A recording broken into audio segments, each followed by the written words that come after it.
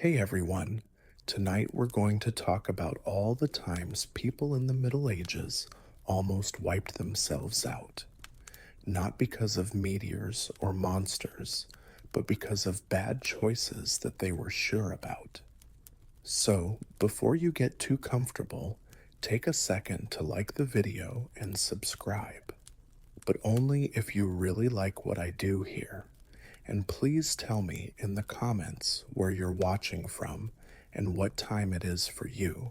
It's always interesting to see who is coming from all over the world. Now, turn down the lights. You could turn on a fan for that soft noise in the background. And let's take it easy as we start our journey tonight. It would have been hard to understand the results of a customer satisfaction survey for medieval medicine because the people who used it were no longer alive. The main idea behind medicine in the Middle Ages was very simple: take out fluids from the body until either balance is restored or the patient stops complaining for good if something is wrong. Bloodletting was the name for this method, and it was the medieval equivalent of throwing your computer out the window to turn it off, which works in one very specific way. Doctors thought that four humors controlled the body, and if you got sick, it meant that one of them was acting up. Which one? That wasn't as important. Bloodletting was almost always the cure, no matter what the symptoms were. Fever, bloodletting, cough, bloodletting, and infection. I'm feeling a little sad and bleeding just to stay ahead of things. The logic was something like this: people who are sick are weak, so they definitely have too much blood. Take it off as soon as possible. The process itself wasn't easy. Knives were used to cut open veins, sometimes more than once. Leeches were put on and left to do what they do best: silently judge the choices you've made in your life while draining you. Doctors thought that bleeding patients until they passed out meant that the treatment was working. Being unconscious was seen as a good sign. Even better, bloodletting wasn't a choice. It was medicine that everyone used. Not accepting it didn't. Make you careful. In medieval times, being non-compliant meant that everyone quietly agreed that your death was your own fault. People thought doctors who didn't bleed patients were suspicious. After all, how could someone get better if they still had all of their blood? This practice went from bad to worse during epidemics. People who were already hungry, cold, dehydrated, and sick were given the very thing that kept their organs working. The immune systems broke down. Getting better turned into a rumor. The most impressive thing is that doctors in the Middle Ages often did both. If the patient's condition got worse, it just meant that not enough blood had been taken out.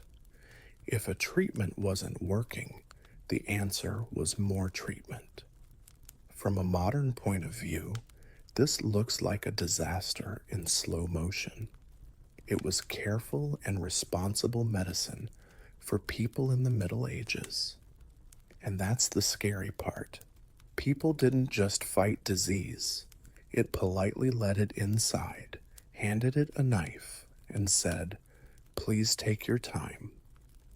And somehow, people lived long enough to stop doing this, even though it went against all medical advice. After medieval medicine had finished bleeding people to death, medieval dietary advice stepped in to make sure that anyone who was still alive didn't get better too easily. When you're already starving, cold, and sick, it makes sense to stay away from the few foods that might help you live. During famines and outbreaks, medieval leaders told people not to eat fruits and vegetables, not because they were bad for them, were spoiled, but because they were thought to be too wet.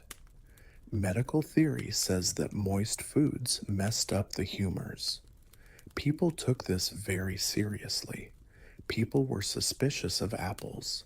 Greens were not safe. People thought that eating fresh food was a crime against their diet. Instead, people were told to eat heavy, dry foods like meat, stale bread, thick porridge, and wine. If you were a well fed noble with a full cellar, this advice was great. For everyone else, it was basically a way to starve people with religious support. The the problem, of course, was that it wasn't available. Meat was hard to find during a famine. There was a limit on how much bread people could buy, and wine was very expensive. People could often only find fruits and vegetables, but eating them felt like putting your soul on the line. So the peasants made the right choice and kept not eating, and when they did eat, it was hard to digest. It took energy to digest heavy foods. Bodies that were sick and starving didn't have energy. People got weaker, and their immune systems slowly shut down, leaving town without telling anyone. Medical experts saw that people were getting worse and came to a logical conclusion. The diet wasn't strict enough. Some doctors said that when you are sick, you should avoid eating as much as possible because they thought that digestion got in the way of healing. This meant that when there were outbreaks of disease, people ate less, a lot less, or even nothing at all. The children had the worst time. Bodies that were growing but not getting enough nutrition stopped growing, then stopped fighting infections, and finally stopped completely. Not the famine itself, but the rules for how to act during it thinned out whole generations. And to make matters worse, people often said that being hungry was good for their souls. If you were starving, God was testing you. If you died, the test was over. This is very strange from a modern point of view. From a medieval point of view, it was responsible self-control. People didn't just run out of food, it added rules, fear, and moral pressure to them, and almost.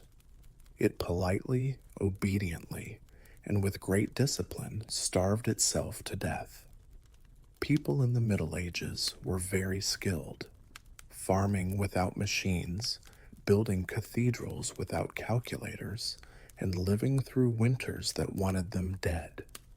They didn't know how to keep water clean, and this mistake almost wiped out whole cities. In medieval towns, the idea behind waste management was simple. Once it left the house, it was not their problem. People's waste, animal waste, food scraps, and anything else. People threw things they didn't want into the street, dumped them in open pits, or politely told them to go to the nearest river. People thought that rivers had magical powers to clean things. If something went into the water upstream, it was gone by the time it got to you. The study of science. Sadly, rivers didn't agree with this. In the Middle Ages, cities often built toilets right over rivers.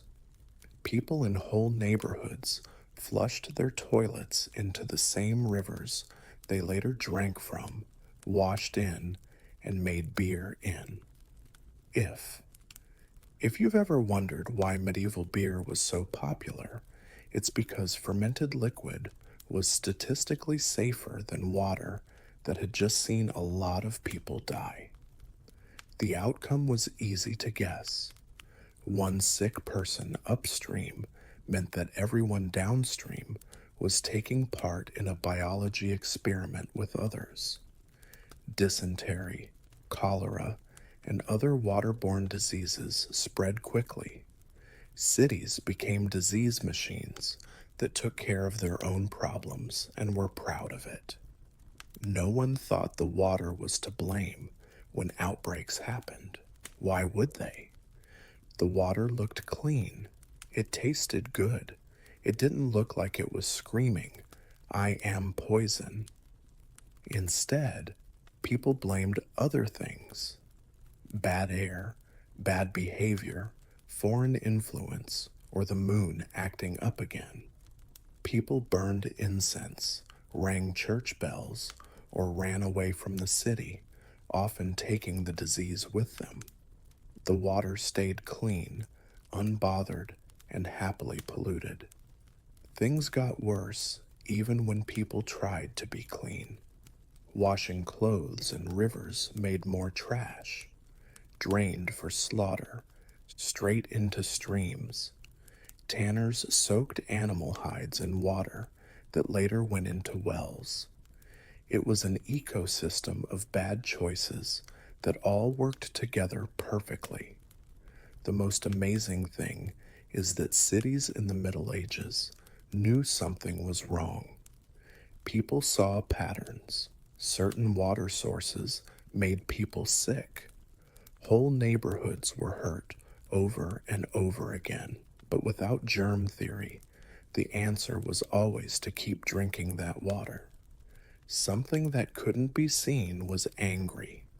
From a modern point of view, medieval hygiene looks terrible.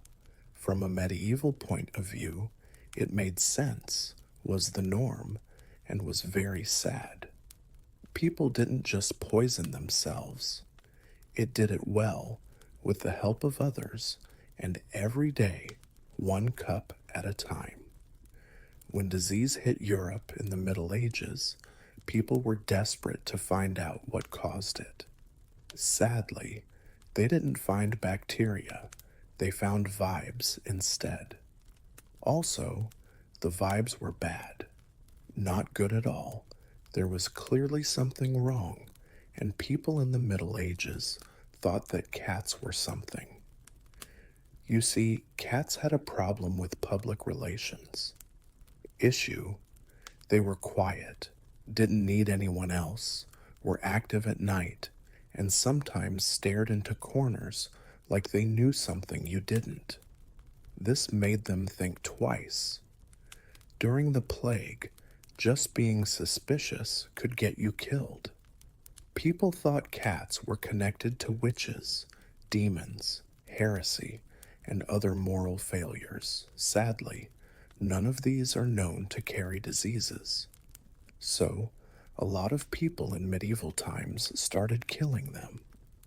We were sure about this choice.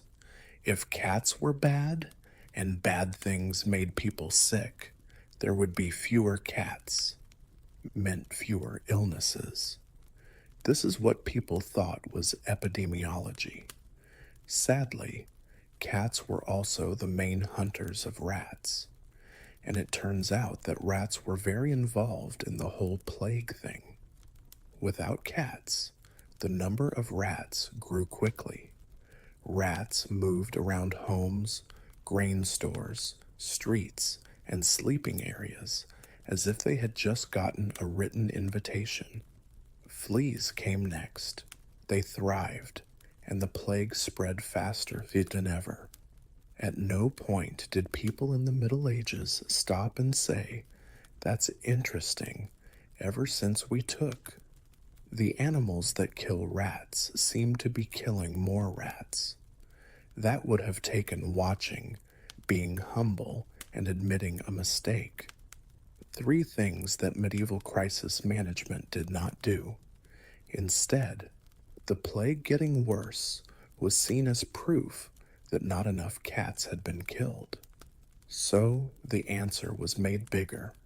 More cats died, sometimes dogs too, just to be safe. Anything that looked furry, and a little suspicious was a target. This didn't just happen in one area. All of the towns took part. They burned, drowned, and chased away cats, or destroyed in public displays meant to spiritually cleanse the community. The rats watched quietly from the shadows, very happy about the new places to live. The irony hurts. One of the oldest friends of humans, an animal that had lived with them for thousands of years, was taken away at the exact time it was needed the most. Not because it didn't work, but because people didn't get it. This looks like a tragic comedy from a modern point of view. From the point of view of the Middle Ages, it was the right thing to do. People didn't just do a bad job of fighting disease. Instead of firing the one worker who was really helping, it promoted the rats. When people in the Middle Ages saw that bloodletting, starvation, or killing cats didn't work to get rid of disease, they came up with a new plan: self-harm in public while traveling long distances. This was called the flagellant movement, and it might be one of the best examples in history of good intentions causing the most harm. Flagellants thought the plague was a sign from God, punishment. So the answer was to make God feel bad by suffering. Men would gather in groups, take off their shirts, and march from town to town, whipping themselves with chains, leather straps, and sometimes with excitement. The reasoning was clear. God would end the plague if he saw enough blood. This way of thinking had already failed in hospitals, but hope never dies. These processions were not calm. They were loud, dramatic, and very contagious, both spiritually and biologically.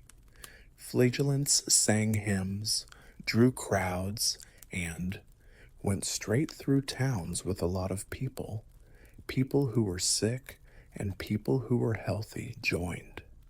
Everyone stood close together, breathing deeply and sharing air, sweat, and everything else. The outcome was clear. Plague followed the flagellants wherever they went.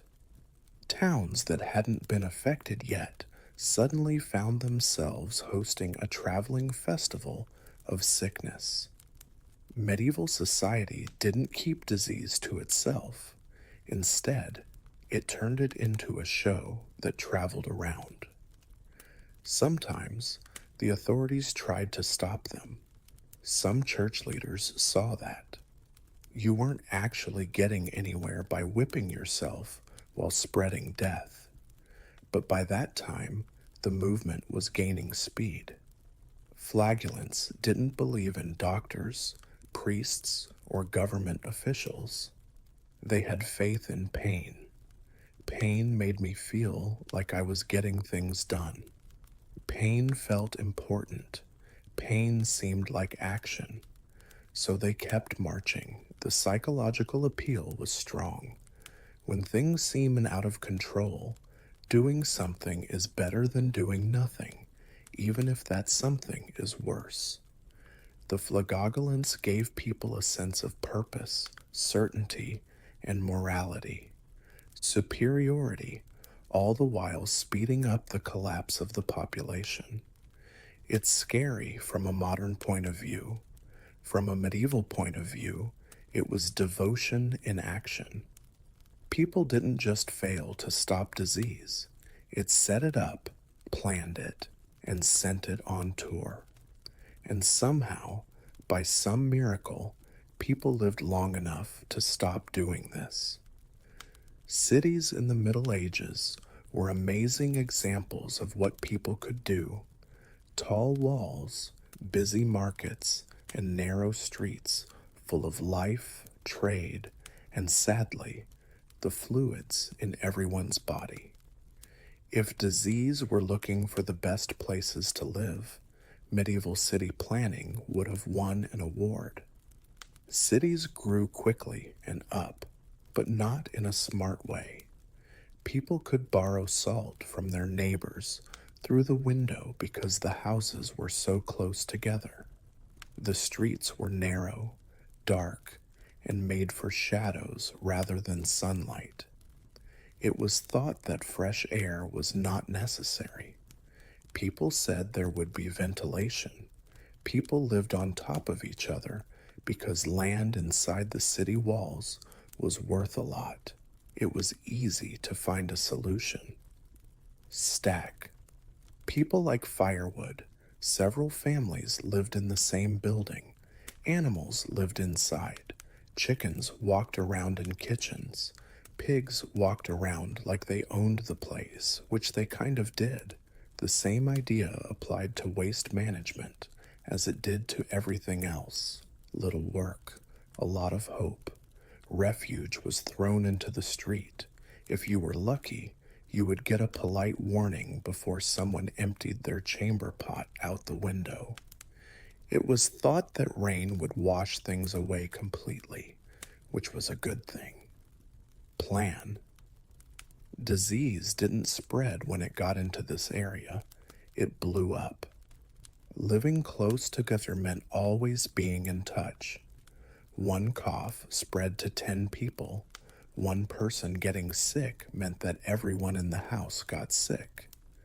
By the end of the week, one infected rat meant that the whole block was dealing with death. It was almost impossible to be alone. During quarantine, you had to sleep 6 feet away from the person who was coughing right in your face.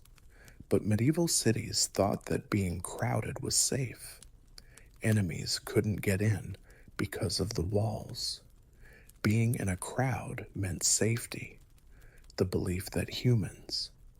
It was uncomfortable to think that they could be the threat. Much easier to blame air, stars, or moral decay than admit that living inside a human beehive might have consequences.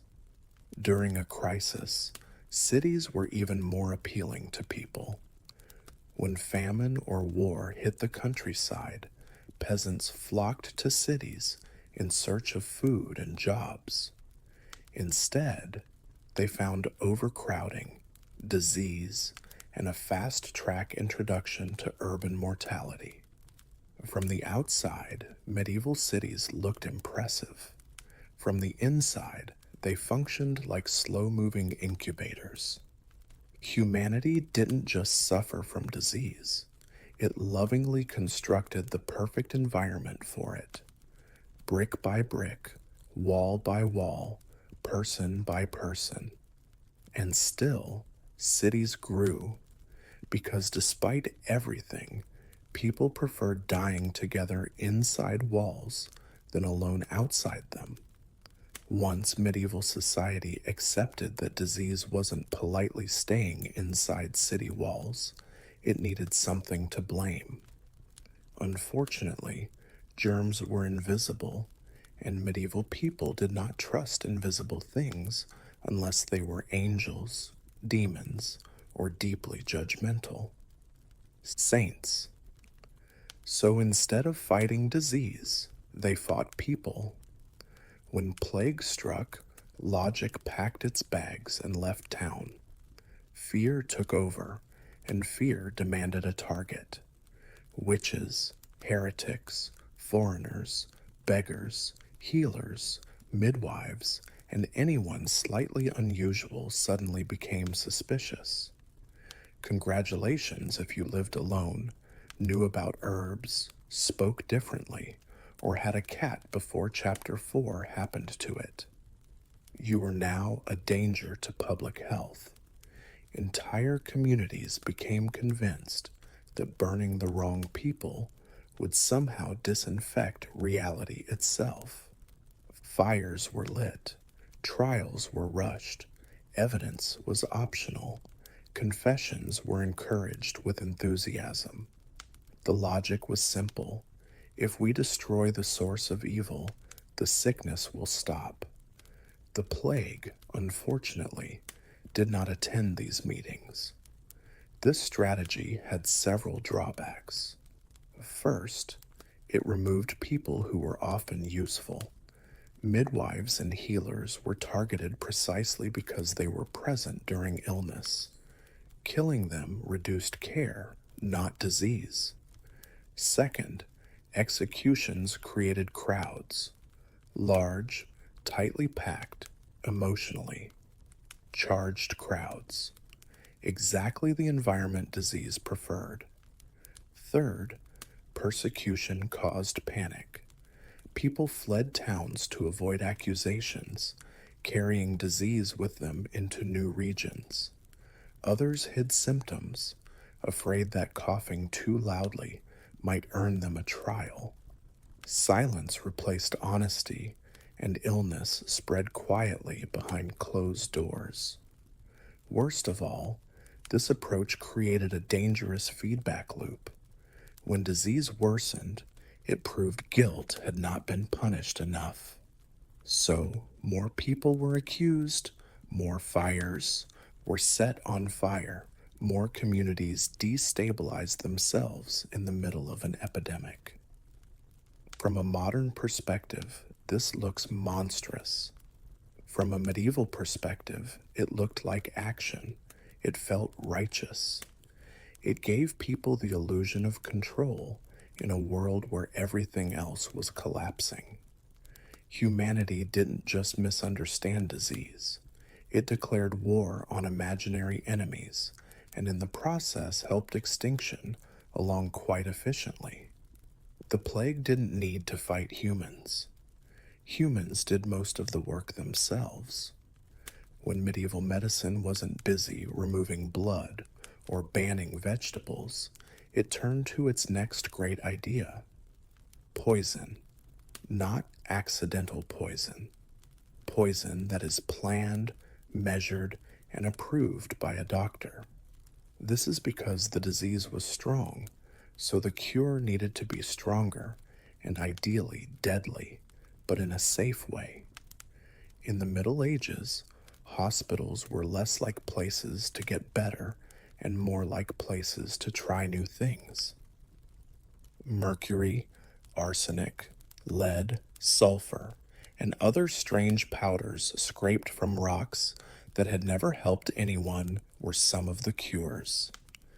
People thought that these substances could get rid of sickness by making the body violently push it out. Vomiting, sweating, and diarrhea are all great signs. If you felt worse, the medicine was working.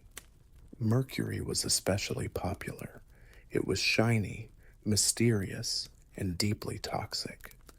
Three qualities medieval people found very convincing. Doctors prescribed it for skin diseases, parasites, and general bad vibes. Patients who survived the illness often didn't survive the cure. Those who did were rewarded with nerve damage, madness, and a shortened life expectancy. A win by medieval standards. Lead was everywhere: pipes, plates, cups, cookware, cosmetics, even medicine. Wine was sometimes sweetened with lead compounds, which gave it a pleasant taste and slowly poisoned anyone who enjoyed it regularly. Entire communities suffered chronic lead poisoning without realizing it, mistaking the symptoms for divine punishment or melancholy. Arsenic had a dual career as both medicine and murder weapon. In tiny doses, it was believed to restore balance. In slightly, it brought back silence with bigger doses. Sadly, the measuring tools used in the Middle Ages weren't very accurate, and the difference between healing and death was often a guess and a prayer. Trust was what made this especially risky. These drugs were given to people by people who were in charge, like doctors, monks, scholars, and other professionals who were well trained, respected, and sure of themselves. Patients didn't ask them any questions. It was irresponsible to refuse medicine, after all. If you died, it meant that the disease was stronger than the medicine. No one thought about the other explanation. Poison treatments increased during epidemics. People who were desperate would eat anything that was suggested. Doctors would try another treatment if one didn't work, often mixing poisons together and turning sick beds into chemistry labs with no safety rules. In today's world, this is terrible. It was cutting-edge science for the Middle Ages. People didn't just fight disease without thinking. It fought it with poisons and was proud of itself for being proactive. At a certain point during medieval epidemics, death just got ahead of the organization. People kept dying. They just stopped being taken care of properly. Things get bad very quickly when a society can't keep up with its dead. During big outbreaks, bodies piled up faster than they could be buried. Graveyards filled up. There were too many people in churches. Coffins were no longer necessary. Eventually, bodies were piled up in homes, on the street, and in public places like furniture that no one knew what to do with. This didn't mean they didn't respect you. It was a sign that they were tired. Usually, burial meant taking care of the body and staying away from the living. That space was gone during epidemics. Families kept dead relatives inside for days, sometimes longer, waiting for priests, grave diggers, or anyone else who was brave enough to help. The air inside the houses got thick. The smell told me that something had gone very wrong with the idea of being inside. The emergency solution was mass graves. People dug trenches quickly, usually near towns, rivers, or wells, because it was easier than digging. It took time, energy, and hope to get far away, and there wasn't much of any of those things. People quickly piled on top of each other, covered them with thin sheets, and then forgot about them because they had to. This caused a problem that people in the Middle Ages didn't understand, but definitely felt. Decay tainted water supplies. Insects thrived. Animals dug. Everything went downhill because of the rain. Not only did disease spread, it returned to everyday life like a bad memory that wouldn't go away. It's funny that fear of the dead made things worse. People thought that touching dead bodies was dangerous for their souls, so they stayed away from them. This made the burials take even longer. The dead became untouchable, but the living still shared the same spaces. They drank the same water and breathed the same air. In some towns, carts were sent through the streets to pick up bodies. The call was quick and easy. Get your dead out. People obeyed without saying anything because they didn't have the energy to argue. Death became a normal part of life, like work. And yet, even though people didn't often say, we need to change how we handle this, but they did say, this is horrible, so it must be unavoidable. From a modern point of view, leaving dead bodies among the living looks terrible. It was unavoidable from a medieval point of view. No one had the systems, people, or knowledge to do better. Not yet. People didn't just fight death. It lived next to it, slept next to it, and slowly learned that ignoring decay doesn't make it go away. People in the Middle Ages noticed a worrying pattern at some point. As soon as someone got sick, everyone else did too. This observation was right, but the conclusion they came to was hard to understand. Isolation felt mean, unchristian, and almost suspicious. If someone was sick, the right thing to do was not to stay away from them. It was closeness. Family members gathered around the bed of the sick person. Friends came over. Neighbors came by to pray, give advice, and spread germs. Not being with someone when they are sick felt like being left behind.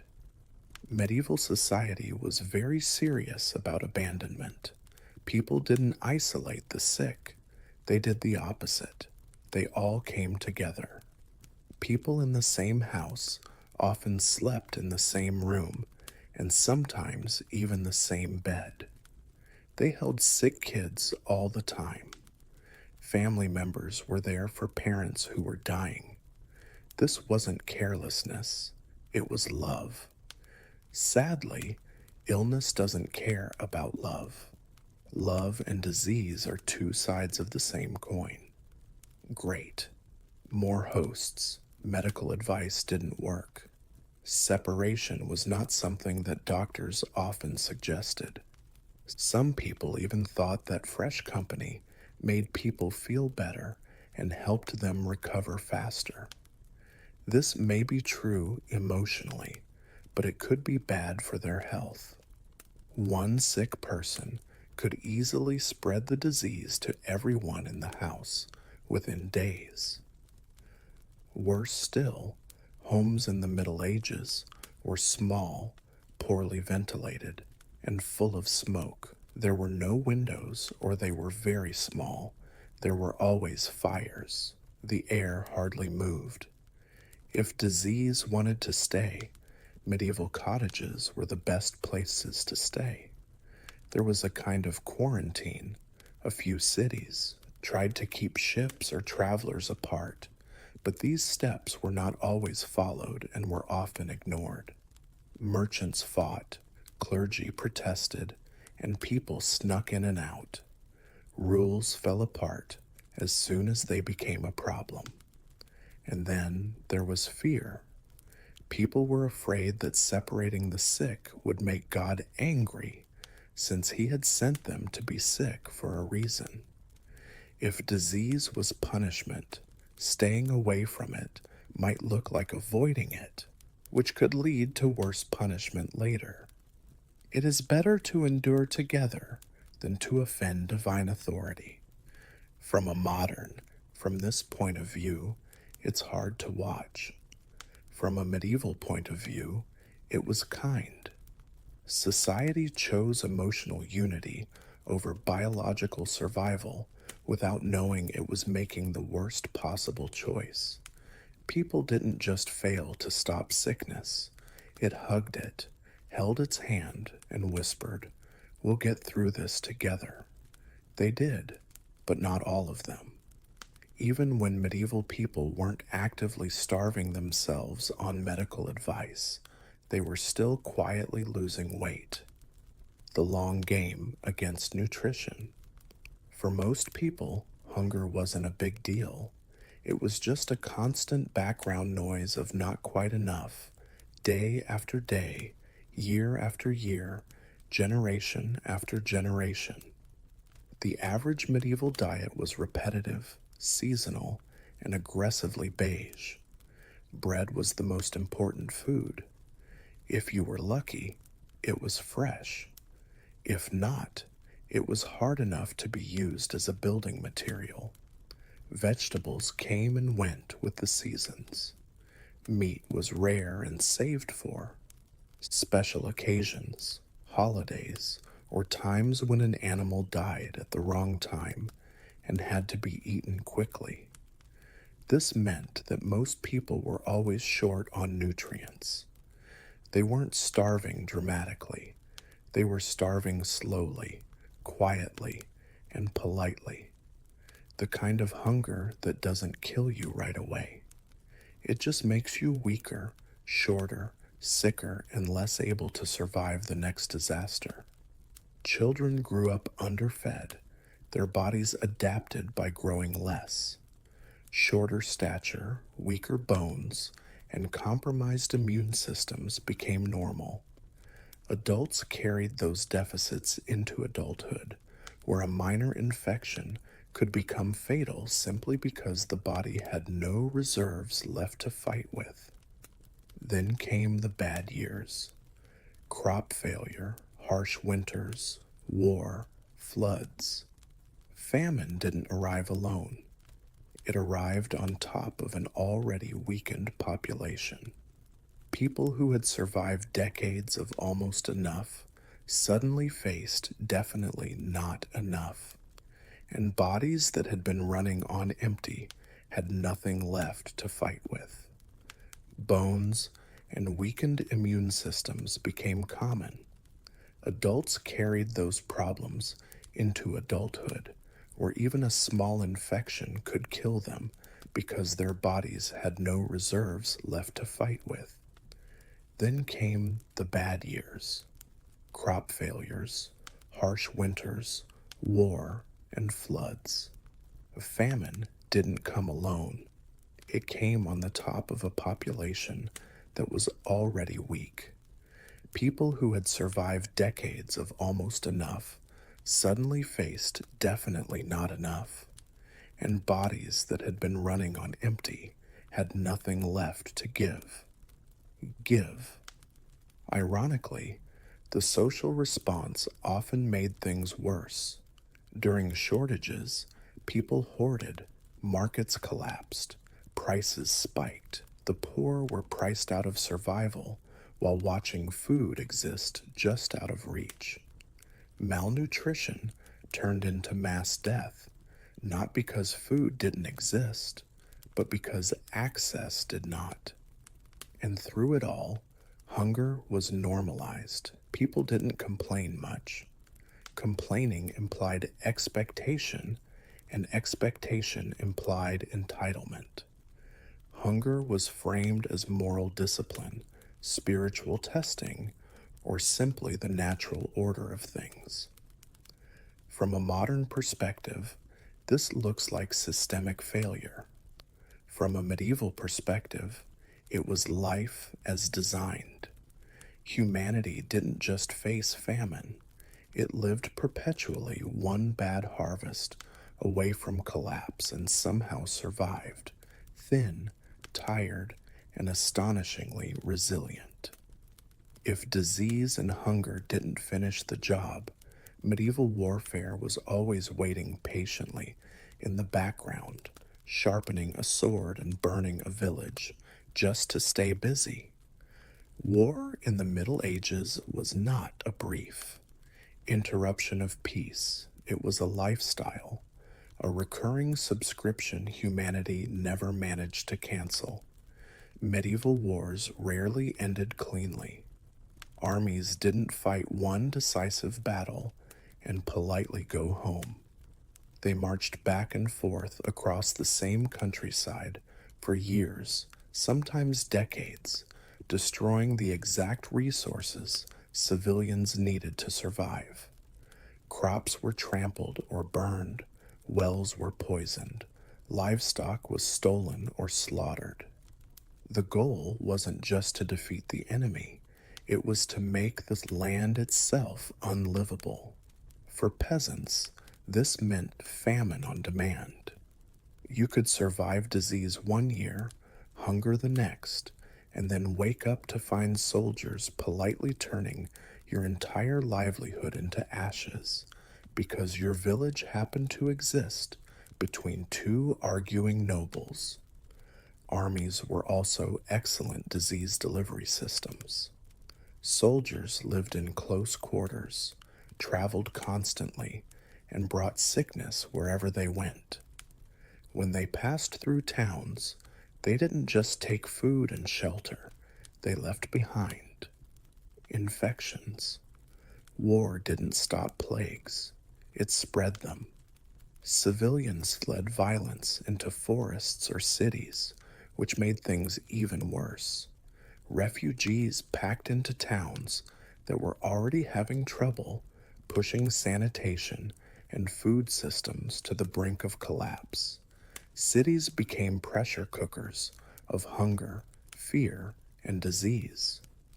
When wars finally stopped, the damage didn't magically disappear. It took years for fields to recover. Seed grain had been eaten and tools were gone. Skilled laborers were dead. Even peace was tiring. What made this especially dangerous was how often it happened. People in the Middle Ages didn't just have one war every generation, they had several. Border conflicts, succession wars, feuds, and crusades were all common. Conflict was so common that recovery often didn't happen before the next disaster hit. From a modern point of view, this looks like systemic madness. From a medieval point of view, it was normal politics. Humanity didn't just suffer war, it made it normal and built systems around it, and then wondered why populations kept collapsing. That medieval people survived at all is less a testament to strategy and more a testament to sheer stubborn refusal to disappear. Medieval homes were warm, smoky, and deeply committed to damaging your lungs. Fire was essential for survival, but medieval architecture treated smoke like a mild suggestion rather than a lethal problem. Chimneys were optional, ventilation was theoretical, and fresh air was something you experienced briefly while going outside to get water and think about your life choices. Most peasant homes had an open hearth in the middle of the room. The smoke from this fire didn't leave the room quickly. Instead, it stayed there. It curled around rafters, sank back down, and filled living spaces with a thick haze that made your eyes water and your throat feel like it had personally offended the fire. This was not seen as dangerous, it was seen as cozy. People lived, slept, cooked, and worked in this environment every day. Children grew up breathing. People breathed in smoke like they do city air. Coughing, burning eyes, and headaches were all normal. If you couldn't see clearly across the room, that just meant the fire was doing its job. Over time, this constant exposure took a toll. Chronic respiratory problems were common. Lungs weakened. Immune systems suffered. When epidemics came, these damaged lungs were perfect entry points for illness. What might have been survivable in a healthier body became fatal in one. People already had trouble breathing. Ironically, some people thought that smoke protected them. They thought it cleaned the air or drove away bad spirits. So when disease struck, the answer was often more smoke, more fires, more incense, and less oxygen. If the plague didn't get you, the air might. And remember, homes were small. Whole families slept in the same room, sometimes the same bed, wrapped in blankets soaked in smoke. Night after night, their lungs absorbed particles that modern doctors would describe with words like extremely concerning. From a modern perspective, medieval indoor living looks like a public health disaster. From a medieval perspective, it was survival. Cold killed faster than smoke, at least in the short term. The long-term consequences were someone else's problem, usually future you. Humanity didn't just warm itself, it slowly smoked itself and then wondered why breathing felt optional during epidemics. The miracle isn't that medieval people suffered from respiratory illness. The miracle is that they lived long enough to come up with working chimneys. One of the most dangerous things people did in the Middle Ages wasn't burning cats, drinking sewage, or bleeding patients until they passed out. It was something much quieter and longer lasting. They trusted tradition more than evidence, and tradition, sadly, had a very high body count. In medieval society, knowledge wasn't something you tested, it was something you inherited. If an idea was old, it was right. If it was unquestionable if it came from an authority figure, and if it had killed people before, that was clearly unrelated and probably God's fault. Medical texts were copied word for centuries, even when their advice consistently failed. Bloodletting worked because Galen said it worked. Dietary restrictions mattered because Aristotle had opinions.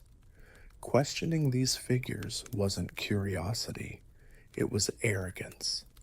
And everyone knew that arrogance was much more dangerous than dying of preventable illness. Illness. People did observe things. They noticed that certain treatments made patients worse, and that some towns got sick more often than others. They also noticed that some water sources caused problems. But if what you saw went against tradition, tradition always won. A healer who suggested something new could be ridiculed, punished, or accused of heresy. A doctor who ignored accepted methods could lose status or their job. Even being right didn't keep you safe.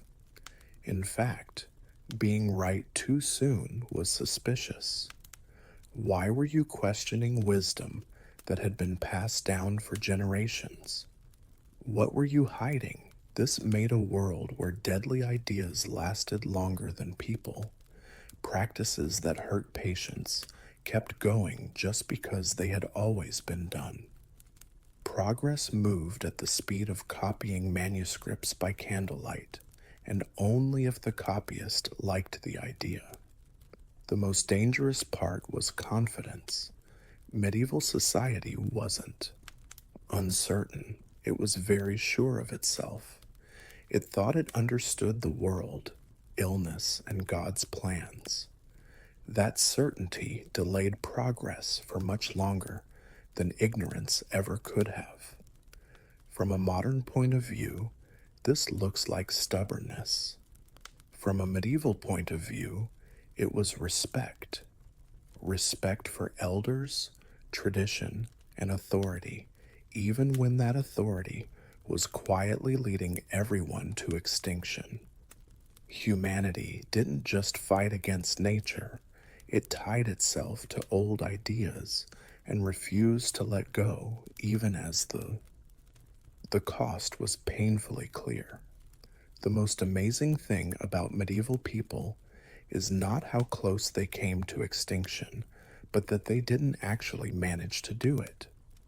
With all the bloodshed, starvation, poisoned medicine, sewage drinking, cat extermination, plague parades, crowded cities, endless wars, smoky lungs, and unwavering loyalty to bad ideas, survival should not have been an option.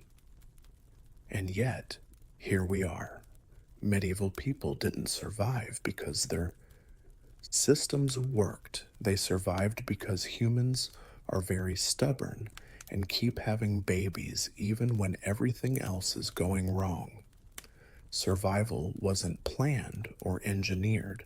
It happened in the cracks between disasters, in the pauses between bad decisions, and in moments when someone accidentally did the right thing for the wrong reason. Progress came slowly and usually by accident. Someone noticed that isolating the sick sometimes helped. Someone realized that certain water sources made people sick. Someone stopped bleeding patients because too many died right after. These changes didn't happen all at once. They crept in slowly, often without explanation, long before theory caught up. What really saved people in the Middle Ages wasn't intelligence. It was being able to adapt under pressure. When a practice became so deadly that it threatened whole communities, it eventually softened, changed, or quietly disappeared, not because society admitted it was wrong, but because it became too dangerous to continue, impossible to ignore. And even then, change was resisted every step of the way. The Middle Ages were not a story of ignorance versus enlightenment. They were a story of humans trapped inside belief systems that once made sense, slowly realizing those systems were killing them and then arguing about it for several centuries. From a modern perspective, it's easy to laugh. From a historical perspective, it's sobering because medieval people weren't uniquely foolish. They were doing what humans always do, trusting what feels familiar, obeying authority, clinging to explanations that offer comfort, and avoiding uncertainty at all costs. They almost went extinct, not because they were weak, but because changing how you think is harder than surviving another bad year. In the end, humanity didn't escape the Middle Ages by brilliance alone. It escaped by surviving long enough to question itself. And honestly, that's still how it works today. At the very center of Norse belief Stoodle, not as a symbol, but as the literal structure holding existence together. To the Vikings, the cosmos was not an abstract void of stars and emptiness. It was a living system, organic and fragile, bound together by a colossal ash tree whose roots and branches touched every corner of reality. If Yggdrasil failed, everything failed with it. The tree rose from the depths of existence, its trunk impossibly vast, its bark weathered by ages older than memory, its branches stretched outward and upward, cradling worlds like fruit on a limb. These branches were said to. The Vikings thought the universe was something that could be heard, strained, and slowly worn down over time. Drisil was not peaceful or kind. It was always under attack. Serpents gnawed at its roots. A dragon chewed on its base for hours. Deer stripped its leaves. Decay was not an accident. It was built into the system. The Vikings believed that existence was never stable, never safe, and never eternal, even the structure.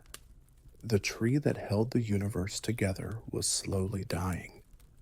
At the base of Yggdrasil were sacred wells, each connected to a basic force of reality. The well of wisdom was fiercely guarded and paid for with sacrifice. The well of fate was where the destinies of gods and men alike were carved into existence. These waters fed the tree, but they also reminded the gods that knowledge and destiny came at a cost. Yggdrasil did not separate gods from humans or the living from the dead. All were connected through the same structure. The Vikings didn't think of themselves as spectators in the universe. They thought of themselves as participants standing on one of Yggdrasil's branches. They mattered, but not because they were safe. They mattered because they were in danger. This way of looking at the world shaped everything. If the universe itself was weak, then it was normal for things to be hard. If the gods couldn't stop things from falling apart, then bravery was more important than staying alive. Idrisil taught the Vikings that life was short, connected, and always changing, in danger, and that meaning didn't come from the tree's permanence, but from how it stood while it was still standing. The 9 worlds came from the branches and roots of Idrisil. Each world was a complete reality on its own, but they were never completely separate from each other. The Vikings didn't think the universe was neatly stacked or logically arranged. It was twisted, crossed over, and sometimes leaked into itself, just like the tree that held it all together. Asgard was the closest world to the gods. It was a fortified world with halls, feasts, and endless, getting ready for war. This wasn't a peaceful paradise. It was a stronghold. The gods even lived behind walls because they knew that enemies would come for them one day. Idrisil's branches were very high up, where Asgard was. But being high up didn't mean safety. It meant being responsible. Underneath it was Midgard, the world of people. Midgard wasn't in the middle because people were important. It was important because people were weak. Midgard was surrounded by oceans and a huge snake, which made it vulnerable to chaos on. From every angle, the Vikings thought their world was always in danger, stuck between order and chaos, and never completely safe. There were harsher places beyond Midgard. Jotunheim was a land of giants, old beings that represented chaos, raw nature, and unstoppable forces. Giants were not bad people. They were bound to happen. They are in charge of storms, winters, earthquakes, and famine. When gods and giants fought, it wasn't about good and evil. It was about control and collapse. Far below, around the roots of, below the tree were darker worlds. Niflheim was cold, quiet, and empty. Hell, on the other hand, was where people went when they died without glory. Here, death was not a punishment. It was just another place to go, like another branch on a tree. The most important thing is that these worlds were not closed off. Gods came down to earth. Giants broke into the halls of the gods. When balance failed, monsters crossed lines. The Vikings believed reality was porous, always at risk of being breached. Living within the 9 worlds meant accepting uncertainty. You were never isolated. You were part of a system that could shift, crack, or collapse at any moment. The 9 worlds taught the Vikings that exist and interconnected, and that no realm, not even the gods, stood alone. At the heart of the Viking cosmos stood Odin, not as a gentle father god, but as a restless seeker who ruled through knowledge, sacrifice, and fear. To the Norse, wisdom was not something given freely. It had to be taken, stolen, or paid for in pain. Odin understood this better than anyone because he paid more than all others. Combined, Odin was obsessed with knowing how the universe worked and, more importantly, how it would end. He did not seek comfort or reassurance. He sought truth, even when that truth promised destruction. This obsession drove him to acts no other god would dare. He gave up one of his eyes at the well of wisdom, sacrificing part of his sight in exchange for deeper understanding. From that moment on, Odin saw less of the world, but understood far more of it. Yet even that was not enough. Odin went further, hanging himself from Yggdrasil itself, pierced by his own spear, denying himself food and water. For 9 days and 9 nights he suffered between life and death, not as a martyr, but as a hunter trapping knowledge. From this ordeal he gained the runes, symbols of power, fate, and magic that governed reality. The message was clear: wisdom is born from suffering, not comfort. Odin's rule reflected this philosophy. He did not promise safety to gods or humans. He promised preparation. He sent his ravens across the worlds to gather information. He filled Valhalla not with the innocent, but with the violent and the brave warriors who could fight when the end came. Even death under Odin's watch became a recruitment tool. Importantly, Odin was not all-knowing. He knew Ragnarok would come, but not how to stop it. His wisdom revealed limits, not solutions. This made him deeply tragic. The being who knew the most about everything in the universe was also the one who knew that failure was unavoidable. Odin represented a harsh truth about life for the Vikings. Understanding does not save you, it only prepares you. The universe was not built to reward goodness or punish evil. It rewarded awareness, courage, and endurance. By worshiping Odin, the Vikings accepted a worldview where pain had purpose, sacrifice had meaning, and ignorance was the greatest weakness. Odin did not offer peace. He offered clarity. And in a universe balanced on the edge of destruction, clarity was the most valuable thing of all.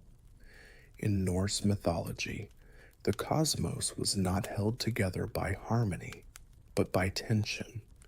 The gods themselves existed in a permanent state of conflict, especially with the giants, ancient beings who represented chaos, wilderness, and forces beyond control.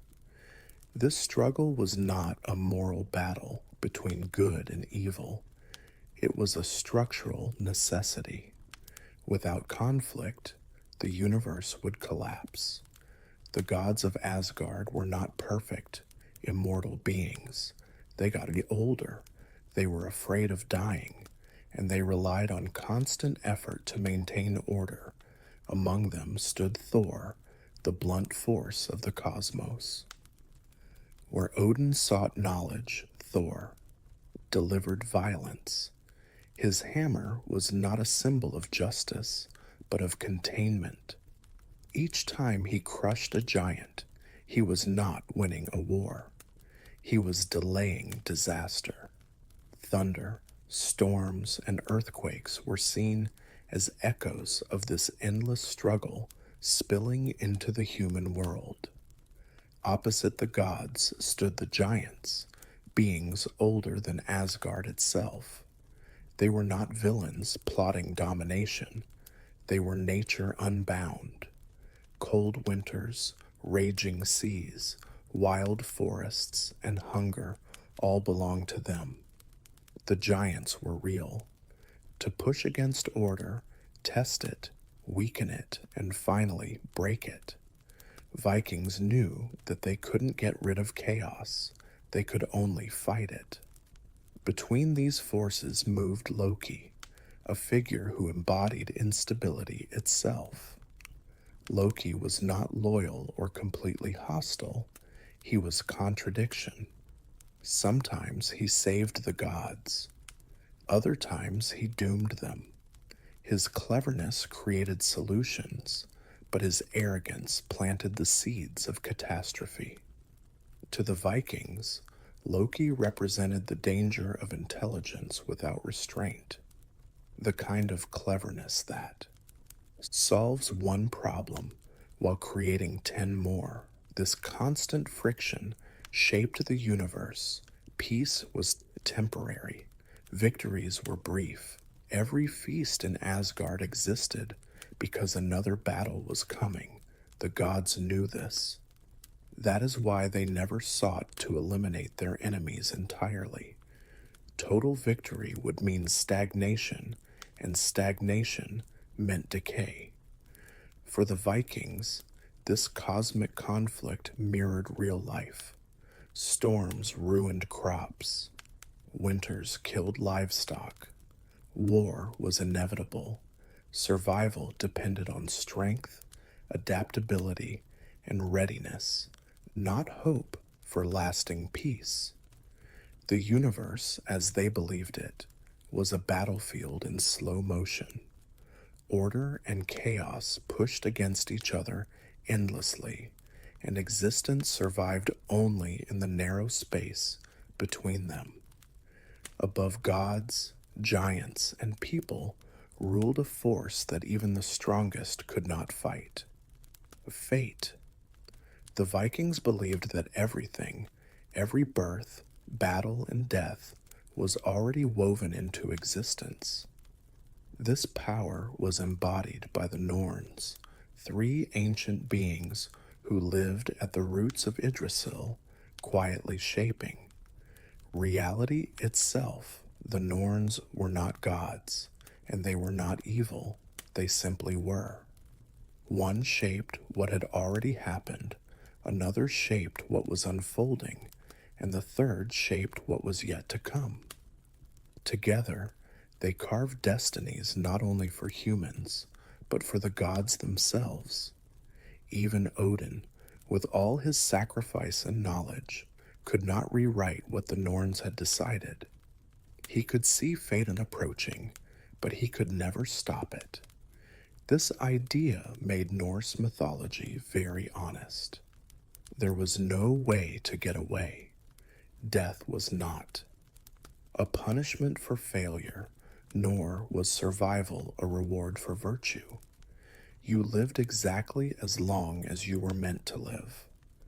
What mattered was not how long your thread lasted, but how tightly it was woven. This is why courage mattered so deeply to the Vikings.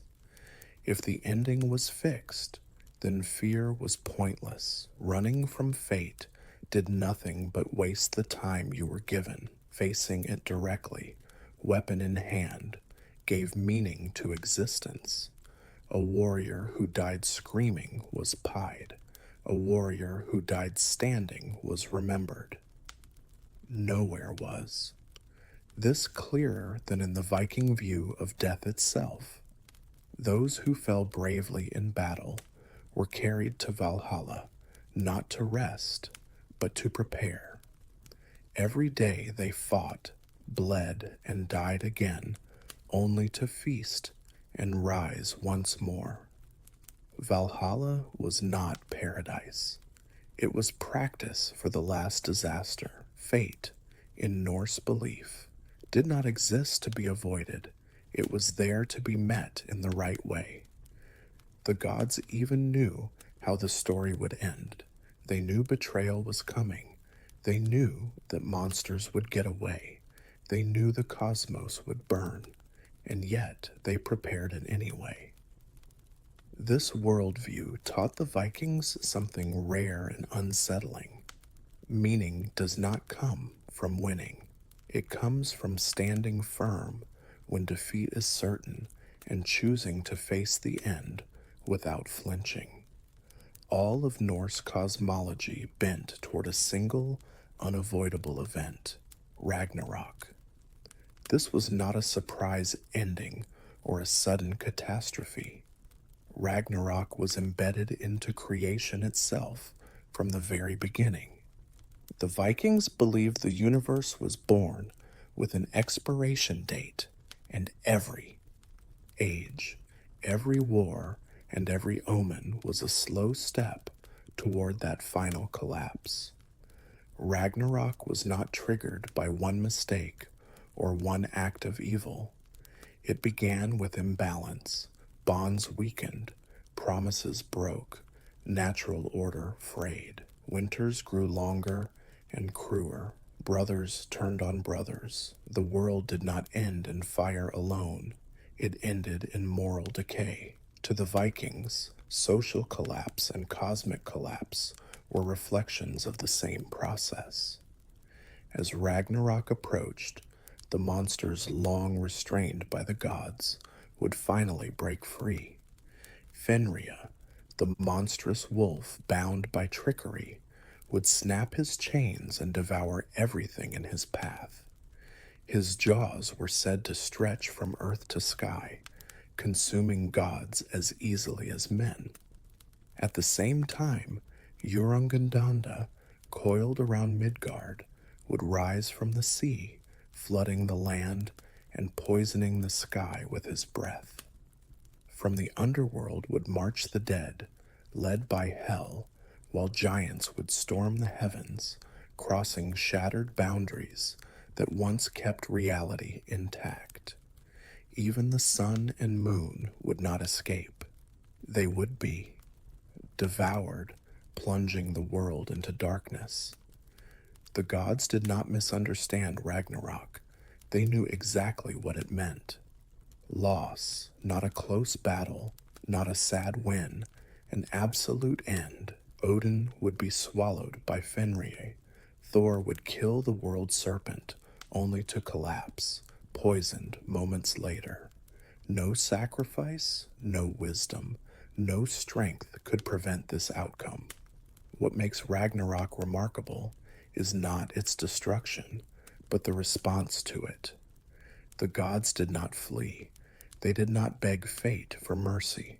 They armed themselves, gathered their allies, and marched toward a battle they knew they would lose. To the Vikings, Ragnarok was not a failure of the gods. It was the ultimate proof of honor. Knowing the end did not excuse inaction. Meaning came from resistance, not survival. The universe would burn, but it would burn standing. In the Norse worldview, death was not a mystery to be feared. It was a destination already accounted for. The universe was built with endings in mind, and death was simply one more transition. Along Yggdrasil's branches, what mattered was not avoiding death, but earning the right kind of ending. The most famous destination was Valhalla, Odin's great hall, but Valhalla was never meant for everyone. It was reserved for those who died bravely in battle, weapon in hand, meeting violence with defiance. Even then, Valhalla was not rest. The dead warriors, the Einhajar, fought each other every day, killing and being killed, only to rise again by nightfall to feast and prepare. Death was not the end of struggle, it was recruitment. Alongside Valhalla existed Folkvanger, ruled by Freya. Half of the fallen were said to go there instead, though little was known about what awaited them. This uncertainty mattered. The Vikings did not obsess over mapping the afterlife. They accepted that not everything was meant to be understood. For those who did not die in battle, there was hell. Contrary to later Christian ideas, hell was not a place of punishment. It was quiet, cold, and colorless, a reflection of deaths without glory. Farmers, children, the elderly, and the sick all ended there. Their fate was not shameful, just unremarkable. The Vikings did not see hell as evil. They perceived it as non-existence. This belief system created a stark moral hierarchy. Glory was earned through action, not goodness. A kind man who died quietly might be loved, but he would not be celebrated. A violent man who faced death unflinching would be remembered. Memory mattered more than morality. Death rituals reflected this mindset.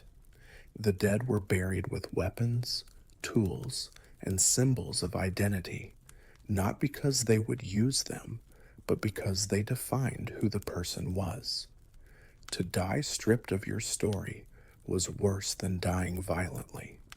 In the end, Norse belief did not promise justice after death. It promised recognition. You would not be judged. You would be remembered or forgotten. To the Vikings, dying well meant meeting the inevitable with dignity. The universe would end. Life would stop. But how you dealt with that ending would echo longer than your breath ever could. Norse mythology didn't end in silence even after Ragnarok destroyed everything. When the flames died down and the seas withdrew, the universe was not erased. It was transformed. This final belief reveals something crucial about how the Vikings understood existence. Destruction was never absolute. It was a passage, not a conclusion. After Ragnarok, the world was said to rise again from the waters, cleansed but scarred. The earth would become green once more. Crops would grow without. Being sown, the sky would clear. This was not a return to innocence. It was survival after catastrophe. The new world carried memory, not forgetfulness. Some gods would endure. Balder, whose unjust death helped trigger the end, would return from the underworld, symbolizing renewal and restored balance. His presence did not undo the past, but it softened it. Light returned not because darkness was defeated, but because it had already done its worst. A new generation of gods would walk the renewed world, inheriting ruins instead of palaces. They would remember the mistakes of their predecessors. Wisdom would come not from prophecy, but from experience. The universe would continue, but it would continue humbler. Humanity would survive as well. Two figures, Leif and Lithuania, would hide during Ragnarok and emerge afterward to repopulate the world. Their survival was not heroic or glorious. It was quiet. This mattered. The Vikings understood that most survival does not look like legend. It looks like endurance in obscurity. This rebirth reshaped how the Vikings viewed struggle. Ragnarok was not a warning to behave better. It was proof that collapse was natural. Civilizations fall. Gods die. The world is on fire, but life goes on. It was important to note that the new world would not necessarily be better. It was just another chance. Norse mythology did not promise perfection after destruction, only continuation. The cycle could begin again with new conflicts, new failures, and new endings waiting somewhere ahead. This belief made Norse cosmology profoundly different from later religious systems. There was no final victory, no eternal peace, just survival, memory, and repetition. And the Vikings lived knowing that even the end of everything was not the end of meaning. If something could rise again after total ruin, then enduring hardship, even briefly, was never pointless. The fire would come, but so would the world that followed. For the Vikings, Norse mythology was not distant myth or abstract theology. It was a lived reality. The cosmos of Yggdrasil, the gods, the giants, fate, and Ragnarok were not stories told for comfort. They were explanations for why life felt harsh, unpredictable, and temporary. The universe made sense precisely because it did not promise fairness. Living inside this cosmic framework shaped how the Vikings understood themselves. They did not see humans as insignificant, but they did not see them as special either. Humans occupied Midgard, one branch among many, exposed to the same dangers that threatened gods and monsters alike. Storms, disease, hunger, and war were not punishments. They were simply expressions of a universe in constant tension. This worldview produced a distinct mindset. If suffering was inevitable, then dignity mattered more than comfort. If the end was written, then action mattered more than outcome. A man was judged not by success, but by resolve. Fear was understandable, but surrender was shameful. Norse mythology also rejected the idea of moral reward built into the universe. There was no guarantee that good people would thrive or evil people would fall. The gods themselves cheated, lied, and failed. What separated heroes from cowards was not virtue, but response. How you met hardship defined you more than the hardship itself. Even daily life reflected this cosmic logic. Feasting mattered because famine was always close. Loyalty mattered because betrayal was always possible.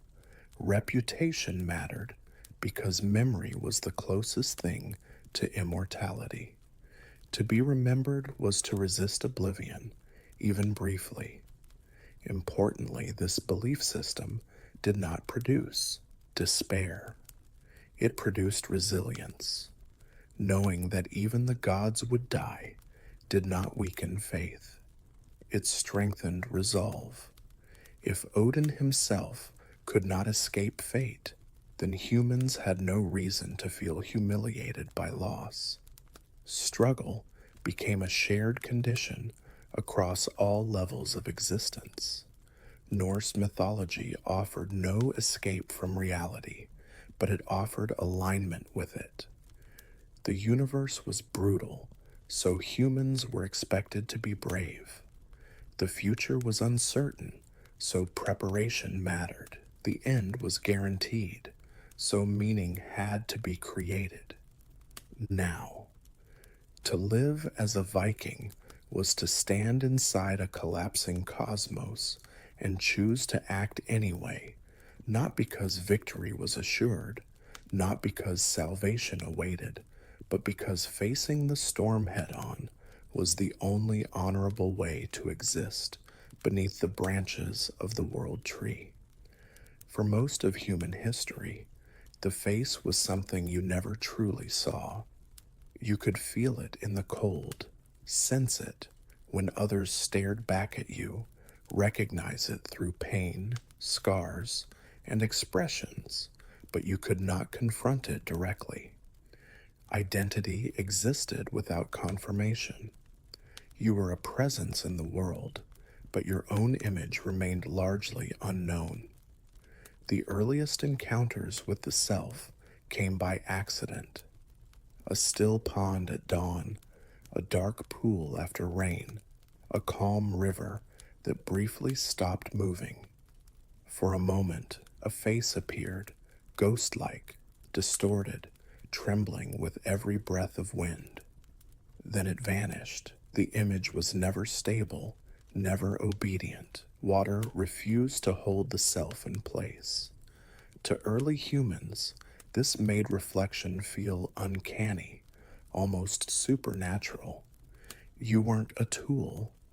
It was an occasion. This absence was very important.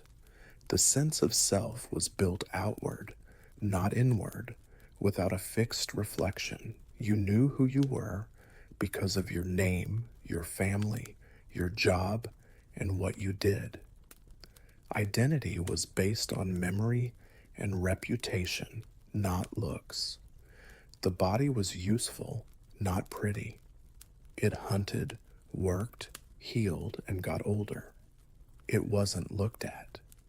This could explain why many ancient cultures thought of reflections as spirits, souls, or other worlds. A face. Seeing something in the water felt more like an invasion than confirmation. Was that really you, or was it something that looked like you? In a lot of cultures, people were wary, even scared, of reflections.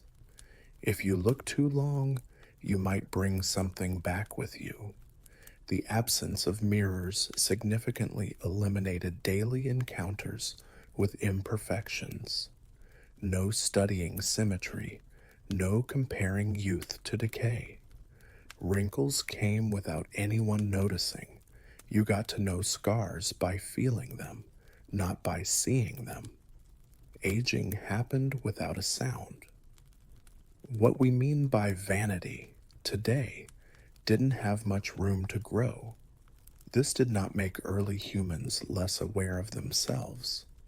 It changed how they were aware. The self was perceived through action rather than observation, through endurance, not looks, through story, not pictures. The mirror would break this balance. But for thousands of years, people lived without knowing what a stable face looked like, even though polished stone or shining metal never did. And during that long time, the self was something you were, not something you thought you were. Looked at. The first mirrors that were made on purpose weren't made of glass or metal. They were made of dark, sharp, volcanic stone. Polished obsidian, which was used as early as 6,000 years ago, was the first reliable way for people to see themselves without distortion. People started to think about things on purpose for the first time. Obsidian didn't ripple like water did. It didn't go away when you touched it. It kept the face still. This by itself was a game changer. People could now stand still and watch themselves stay. The picture was dark, not very bright and not perfect, but it was clearly a person. But these mirrors were hard to find and very strong. It was necessary to mine, shape, and polish obsidian very carefully. Not everyone had one. In a lot of cultures, mirrors were used in rituals and to show power and status. It wasn't normal to look into one. It meant something. You got ready for reflection. This changed everything in my mind. People got distance from themselves as soon as they could see their own face clearly. You were no longer just inside your body. You could look at it. This caused a split that had never really happened before. The person looking and the person being looked at. You could now look at the self. This probably made you feel uneasy. People who used mirrors early on didn't know how to read their own looks. Seeing your face turned around and staring back at you without saying anything may have felt like a challenge or even a threat. A lot of cultures thought of mirrors as spiritual tools, doorways, or things that could hold souls. It wasn't just damage to break a mirror, it was a risk. Obsidian mirrors were often used in ceremonies, fortune telling, and burial rites. They were linked to truth, but also to things that are not of this world. The dark surface didn't look good. It didn't shine very brightly. It took in light, which made reflections look like they were in a dream or a shadow. Seeing yourself in obsidian wasn't so much about beauty as it was about being recognized. People could see asymmetry for the first time. One eye is a little bit higher. The scar looked different than I remembered. Facial expressions that are seen instead of felt. This brought about a new type of self awareness, visual self awareness, and with it came the first signs of self awareness. It was possible to judge the face once it could be looked at. It could be compared once it could be judged. Obsidian mirrors did more than just show people who they were. They quietly brought up the idea that you could judge yourself from the outside. As people learned how to shape metal, mirrors changed from dark stone to shiny bronze. These new mirrors showed more light, more detail, and more power. Bronze mirrors, on the other hand, were bright, planned, and clearly made by people. They didn't feel magical in the same way. They felt like they were being controlled. Ancient civilizations in Mesopotamia, Egypt, China, and the Mediterranean world were the first to use bronze mirrors. They cost a lot, broke easily, and were hard to take care of. There was always polishing. There was no way to avoid tarnish. Having a mirror now meant work, since you had to spend time keeping your own reflection. This alone made mirrors a sign of wealth. Most people still lived their whole lives without ever being able to see their own face clearly. Mirrors were for the rich, priests, nobles, and rulers. Reflection became choosy. Power directly affected who got to see themselves and how often. In a way, knowing your face was a privilege. Bronze mirrors brought something new to the mind. Managing images, bronze was clearer than obsidian. Expressions were easier to read, features were sharper, the face could be changed, hair could be styled, and jewelry could be added. On purpose, people began to take care of the body, not just live in it. This was very important in societies with a hierarchy. Rulers knew that how they looked just showed who was in charge. A face that was calm made it seem like the person had control over the world. Calm faces showed who was in charge. Mirrors helped the rich practice how to act so that their outward appearance matched the role they needed to play. At the same time, bronze mirrors made people look at themselves more closely. The more light there was in the reflection, the harder it was to ignore flaws. Lines, scars, and other things that aren't straight came into view. The mirror didn't just show you who you were, it showed how other people might see you. The self became public, even when it was alone. A lot of cultures set up ritual boundaries in response. When not in use, mirrors were covered. People didn't look in mirrors at night. It was not a good idea to look for too long. These were not baseless superstitions. They were mental safety nets. The mind was still getting used to the shock of seeing itself so clearly. Bronze mirrors also helped to reinforce gender roles. Women, especially, were more and more linked to grooming, reflection, and looks. The mirror was both a way to learn about yourself and a way to set expectations. People would judge you if they saw you. To get ready was to stay socially alive.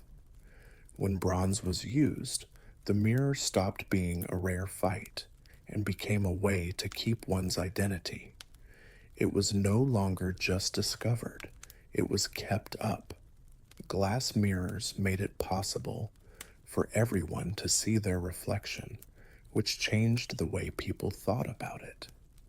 Glass didn't make the face darker or change its shape like obsidian or bronze did. Not smooth.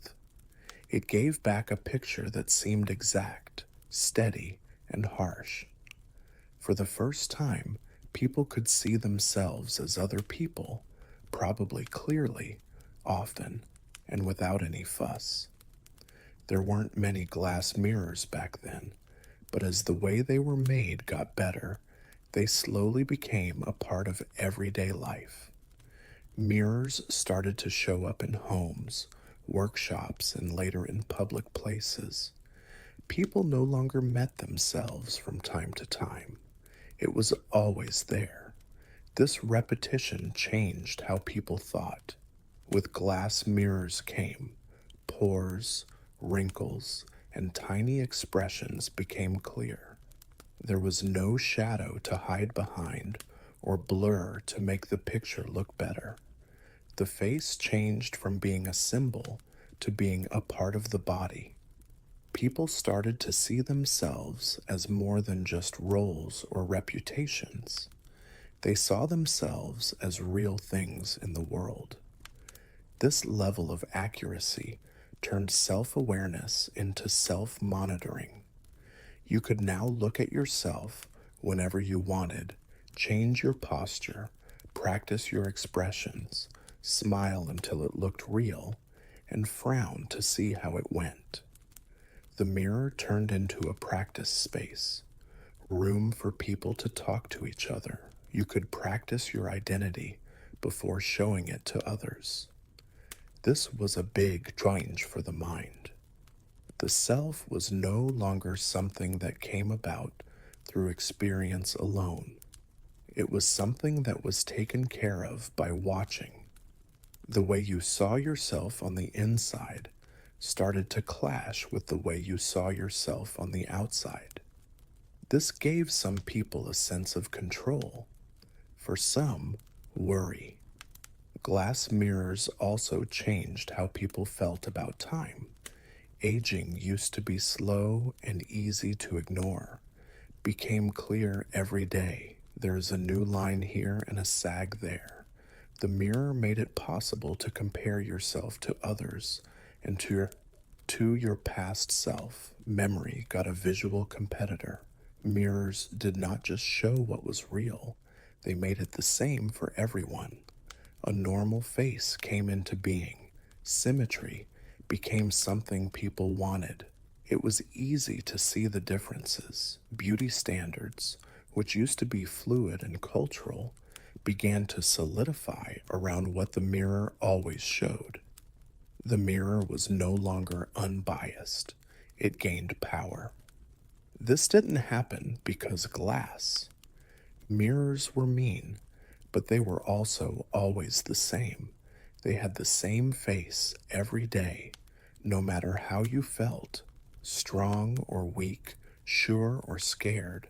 They didn't have any emotional filters. With glass, people crossed a line. People could now look at, fix, compare, and improve the self. And once reflection became clear, it was impossible to unsee. When mirrors became common, something small but important happened in the human mind. People started to live with a double all the time. The self that did things and the self that looked. This division didn't need philosophy or education. It came about naturally when reflection became a habit. Before mirrors, people mostly thought about themselves on the inside. You felt embarrassed, proud, confident, or ashamed without seeing yourself show it. Mirrors added a visual element to feelings. You could now see yourself being scared. Look at how you smile. Pay attention to how you age. The mind learned to leave the body and look back in. This made a new psychological stress. You didn't always see the person you thought you were. Someone might look tired even though they feel strong, feel sure of yourself, but see doubt in their eyes.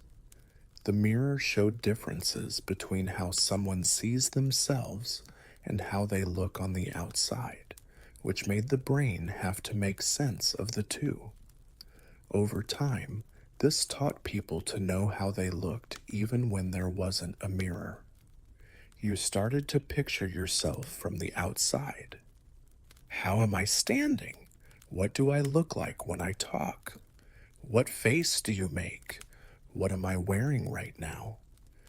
The mirror didn't have to be there in person anymore. It had become part of them. This was a big change in how people think. Self surveillance became the norm.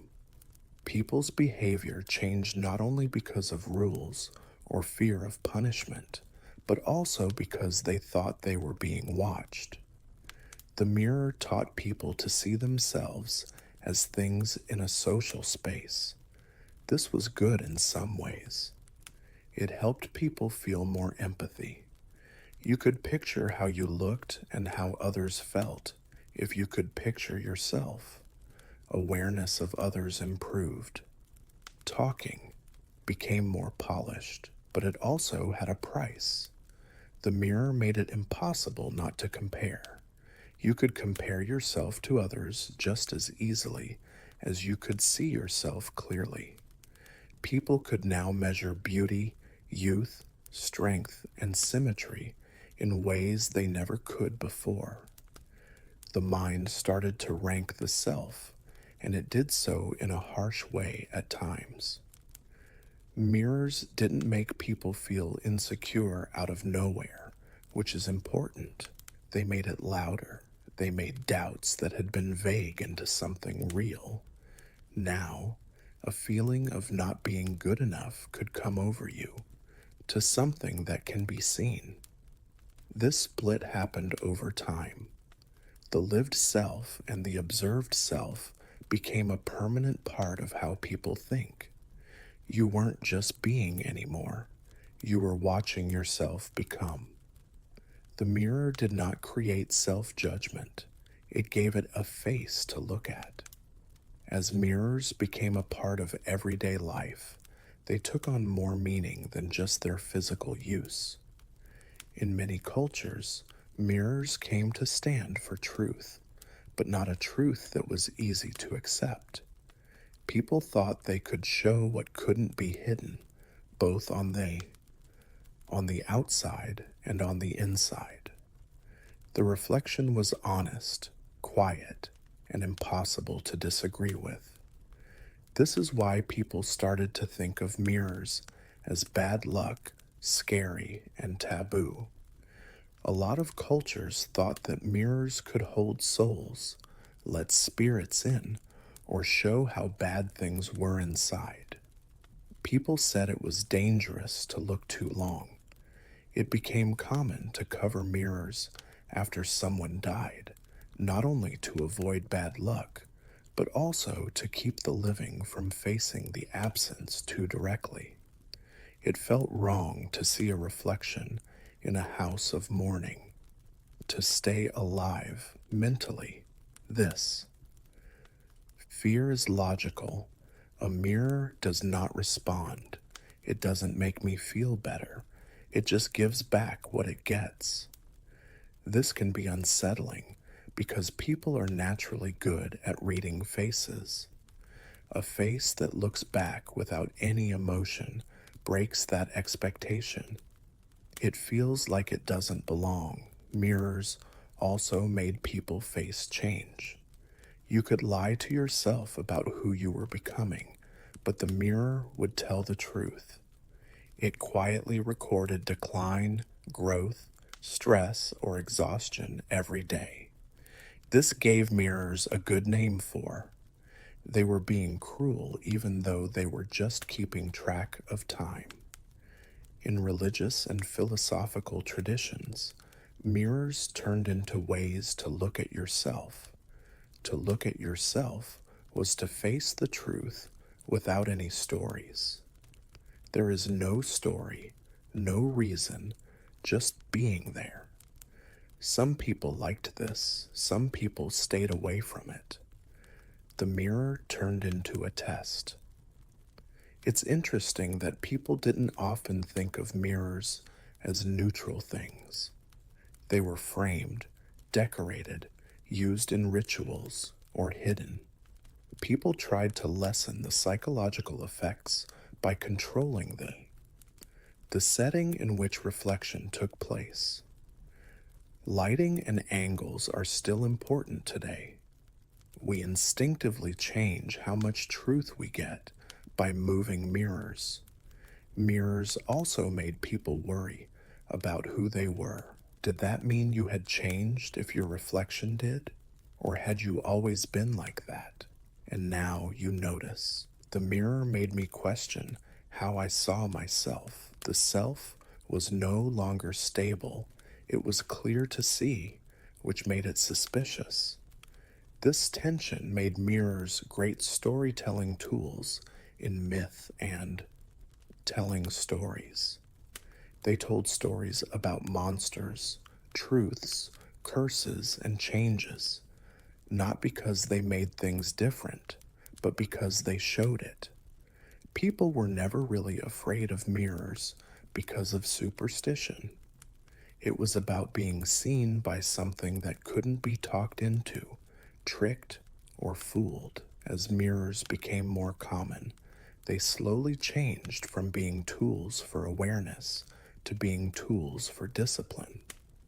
You didn't just see reflection once in a while, it became a part of your daily life.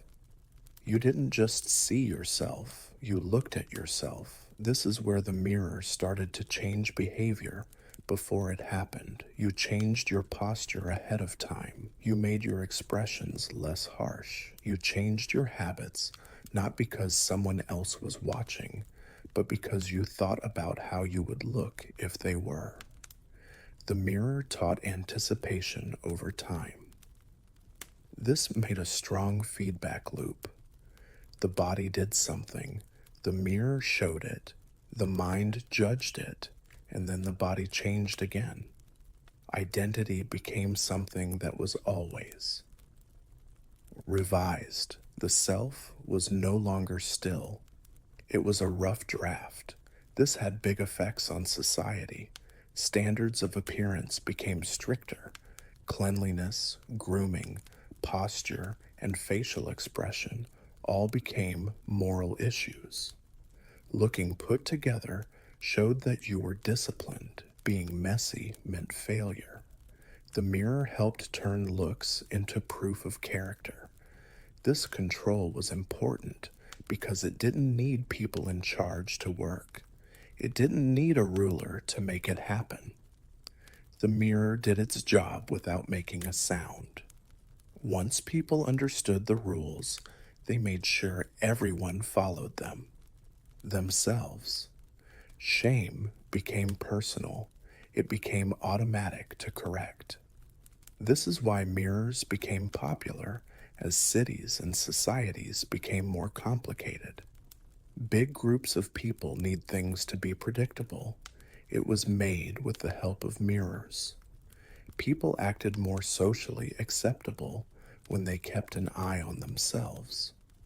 The mirror became part of the system that kept things in order, but this also limited the ways that people could be. It was easier to see the difference. It was harder to ignore the difference. Bodies that didn't fit the mold were no longer just different. They were clearly different. The mirror didn't cause exclusion. It just made it easier to see. This made people more critical of themselves in their minds. The mind learned to look for flaws like a guard looks for threats. The internal mirror was still working, even when they were resting. You were never really off stage. But people also learned how to use mirrors wisely. Anyone who needed to change someone's mind, like a performer, a leader, or a negotiator, used reflection to make their presence felt. The mirror could help you feel confident or insecure. It turned self-awareness into self-control. At this point, the mirror was no longer just a thing. It changed how people stood, felt, and acted long before they did anything. People weren't just looking at themselves. The image that stared back was how they ruled themselves. The mirror didn't need to be in the room anymore at some point. Its purpose had already moved to the mind. People learned to picture themselves from angles they could never see in real life. This was the last change of thinking. The mirror turned inward. You started to picture how you looked when you talked, walked, laughed, and even when you were alone. There was now an invisible observer with the self, always there and always judging. It wasn't just about how things looked anymore. It included how people acted, felt, and thought. Am I doing the right thing? Is my reaction correct? Do I look like the person I think I am? This internal mirror changed who I was at the most basic level. Even in private, personality became something you did. You did. You didn't just feel angry. You saw yourself feel it. You didn't just feel happy. You looked at how it looked. Emotional life got a second layer, observation. This made things clearer for some people. Self-reflection led to growth, self-control, and planned change. You could see bad patterns and fix them. You could practice being brave. You could become more than just a thought, but it also costs something. It's hard to get rest when the observer is always on. Silence gets crowded. Even being alone feels like being in public. The mind can no longer just be without talking. This is where the mirror's psychological power is at its strongest. The self divides once more, not between body and image, but between experience and evaluation. You are no longer just living in the moment. You are judging them right now. Anxiety is common here. Even when no one is watching, the fear of being seen stays. The internal mirror does not blink. It never gets tired. It doesn't easily forgive. It remembers old thoughts and compares them to new ones. But this inward turn also lets you learn a lot about yourself. There is no self-reflection without the mirror. There is no intentional identity without self-reflection. The same tool that makes people feel unsafe also makes them aware. This is the contradiction of reflection. The mirror breaks the self into pieces, but it also lets the self be shaped on purpose. It can keep you stuck in a cycle of self-criticism that never ends, or it can give you awareness strong enough to change your behavior. By this point, people no longer needed smooth stone, metal, or glass to see itself in. The mirror had become a permanent part of the human mind, always watching, asking questions, and telling us who we think we are. The mirror gave people something that no other tool ever had: the capacity to confront oneself directly and repeatedly. It didn't make you stronger, faster, or better at staying alive. It made people more aware, and awareness changed everything. When people could see themselves clearly, identity became something that could be seen. It was possible to look at, improve, doubt, and change the self. This led to growth. It made it possible to feel empathy, correct yourself, and have a purpose. People could make their feelings match how they looked. They could become more intentional versions of themselves, but there was a price to pay for this gift. When you saw yourself, you had to judge, remember, and compare yourself. The mirror made it possible to measure the self, and measurement leads to hierarchy. Beauty, youth, and symmetry turned into money. Instead of accepting aging, it became something to keep track of. Difference turned into something to explain or keep quiet about. The the mirror didn't make people feel insecure, vain, or ashamed. It just gave them a way to see themselves. Doubt got a surface. Fear took on a face. The self transformed into both subject and object, performer and spectator. This tension is still not settled. There are a lot of reflections in modern life, both real and digital. Screens, cameras, and profiles make the mirror go on and on. The question that the first polished stone brought up has never gone away.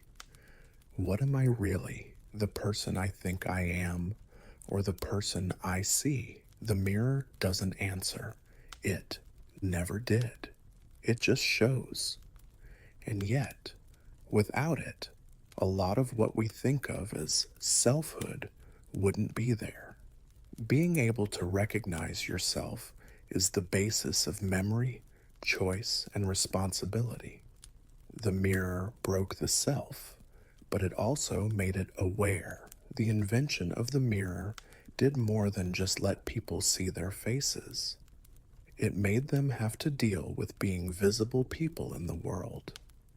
Being human now means taking that reflection with you everywhere you go, sometimes as a burden, sometimes as insight. The mirror is still there. It was always quiet, exact, and uninterested. It doesn't tell you anything about yourself. It just wants you to look. Italy was full of beauty by the end of the Renaissance, and it was restless because of it. Painting had become incredibly realistic. Architecture had learned how to control space and feelings. With just words, poetry could change whole worlds. But music, no matter how complex, still stayed on the edges of telling stories. It made moments better, but it didn't carry them yet. There was music everywhere, but not often in the middle. It made prayer more important in churches.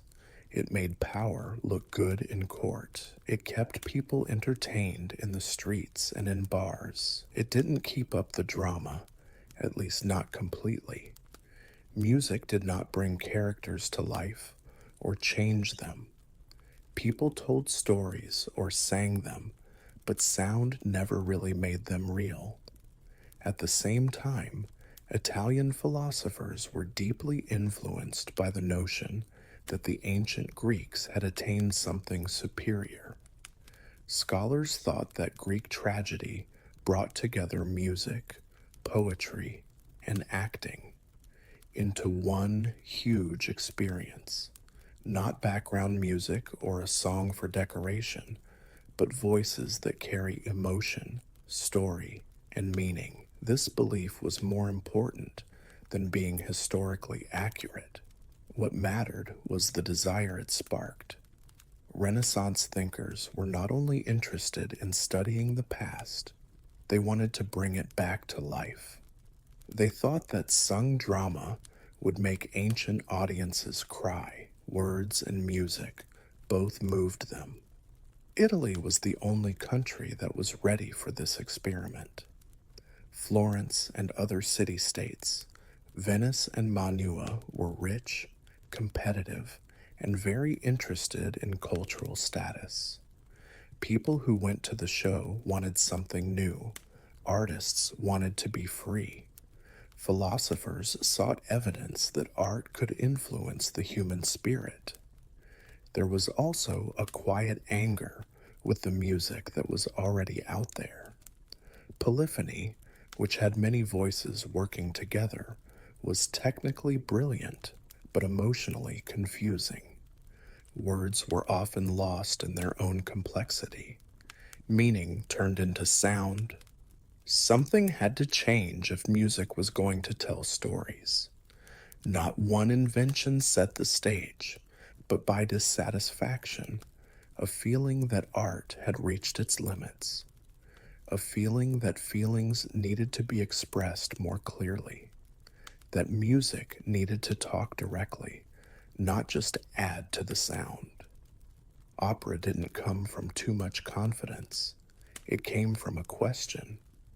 What if music stopped being a part of stories and became the story? That question would change Western music forever. Florence was the city where this question first started to take shape.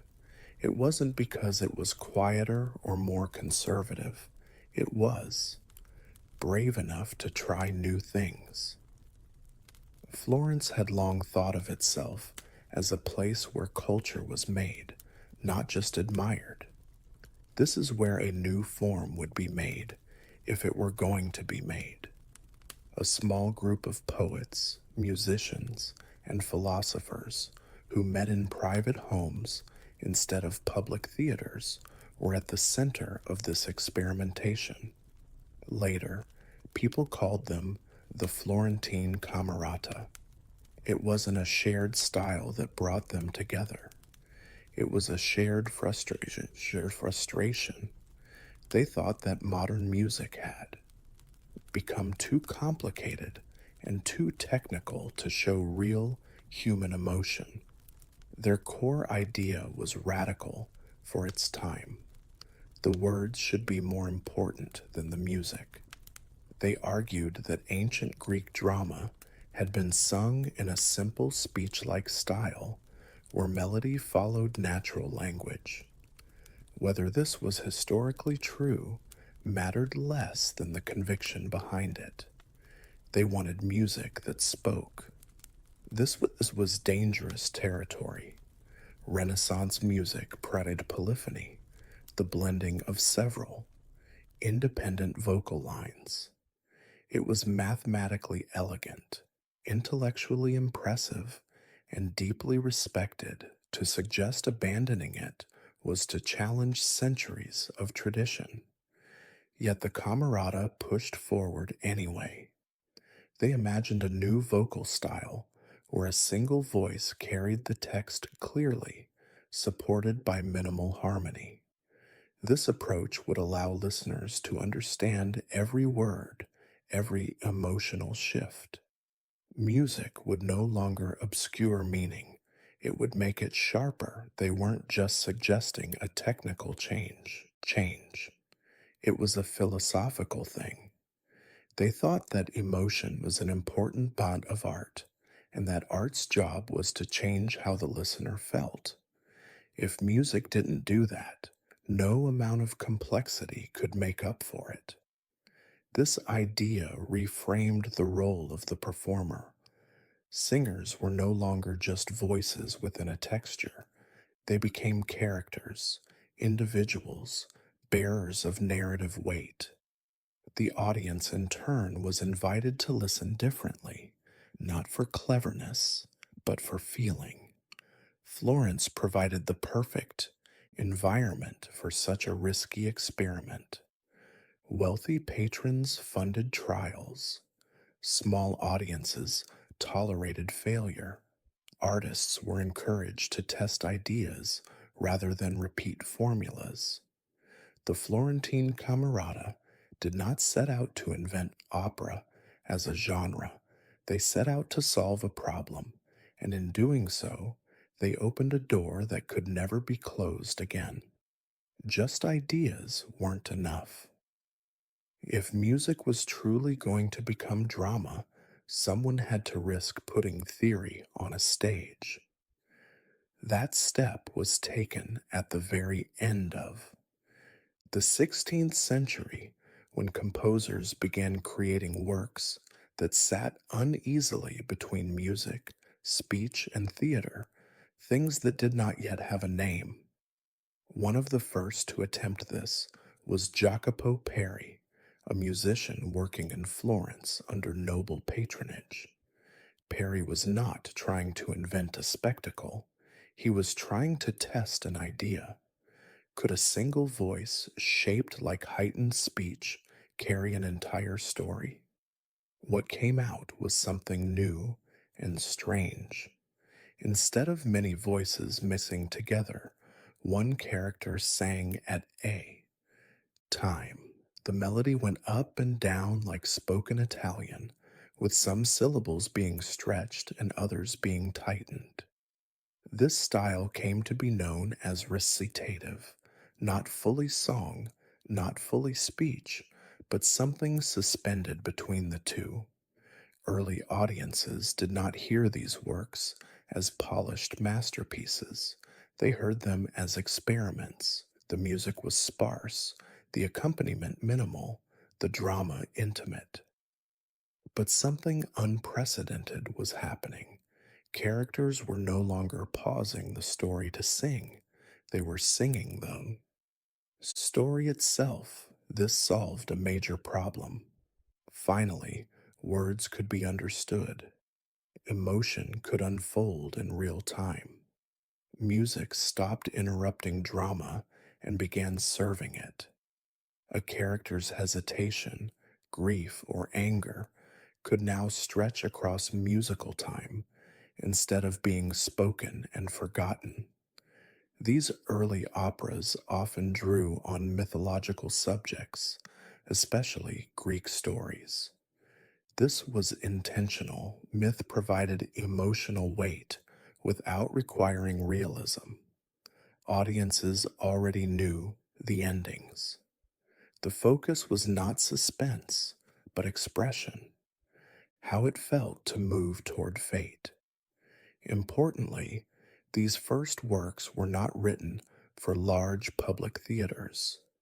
They were performed in courts and private spaces for educated listeners who were willing to listen carefully. Opera didn't start as a fun way to spend time. It started as an intellectual art form. There were questions. Some people thought the style was boring. Others missed how rich polyphony was. But even those who didn't like it could tell that something had started that couldn't be stopped. Once music learned how to speak clearly, it could no longer go back to being decorative. Alone, these early experiments were fragile, imperfect, and limited. But they proved one essential thing. A human voice, given enough space and intention, could carry an entire world. The early experiments proved that sung drama was possible. What they had not yet proven was that it could be powerful. That transformation came with Claudio Monti, the composer who turned a fragile concept into a living art form. Montetti understood something his predecessors only sensed. If opera was going to survive, it could not remain an academic experiment. It had to move people. Emotion had to come first, even if rules were broken along the way. Where earlier composers had treated music cautiously, Monti treated it like a weapon, bending harmony, rhythm, and melody to serve feeling. His operas did not merely present stories, they breathed. Characters argued, begged, raged, and collapsed emotionally, and the music followed them without stopping. Dissonance was no longer a problem, it became a tool. When a character suffered, the harmony suffered with them. When desire surged, the music stretched beyond polite boundaries. Monty also expanded the orchestra's role. Instruments were no longer just support, they became emotional commentators, coloring scenes with tension, tenderness, or dread. Silence itself became meaningful.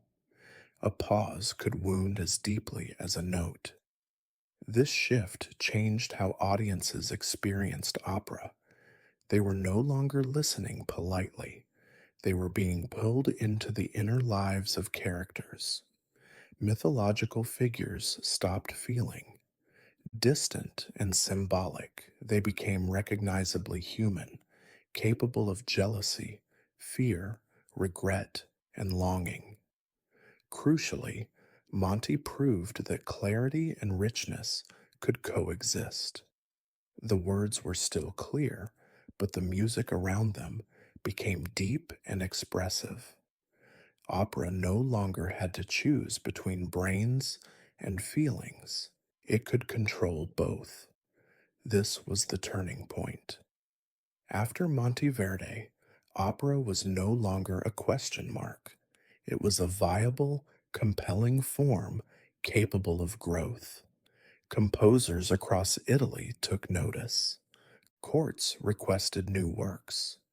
Experiments became expectations. Opera also began to loosen its elite grip. While still expensive and exclusive, it was no longer confined to philosophical circles. Its emotional power made it accessible even to listeners who did not understand its theoretical origins. What Monteverdi achieved was not perfection, but momentum. He showed that opera could evolve, absorb influences, and deepen over time. Once audiences had felt music think, desire, and suffer on stage, there was no returning to simpler types. Opera was alive now, and things that are alive don't stay in one place for long. Opera needed a new home after it showed that it could move people's hearts. It needed a home that wasn't as strict as royal courts and private salons. That home became Venice, a city in Italy that is unlike any other. Venice was rich, crowded, and full of theater, but most importantly, it was public. Here, opera would change forever. In Venice, opera left the world of exclusive patronage and entered the marketplace. Public opera houses began to appear, funded not by a single ruler, but by ticket sales. This single shift transformed the art form. For the first time, opera had to appeal not just to elites, but to paying audiences with varied tastes and expectations.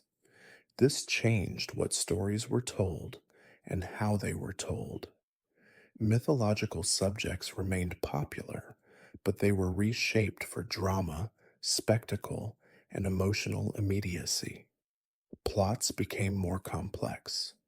Characters became more extreme.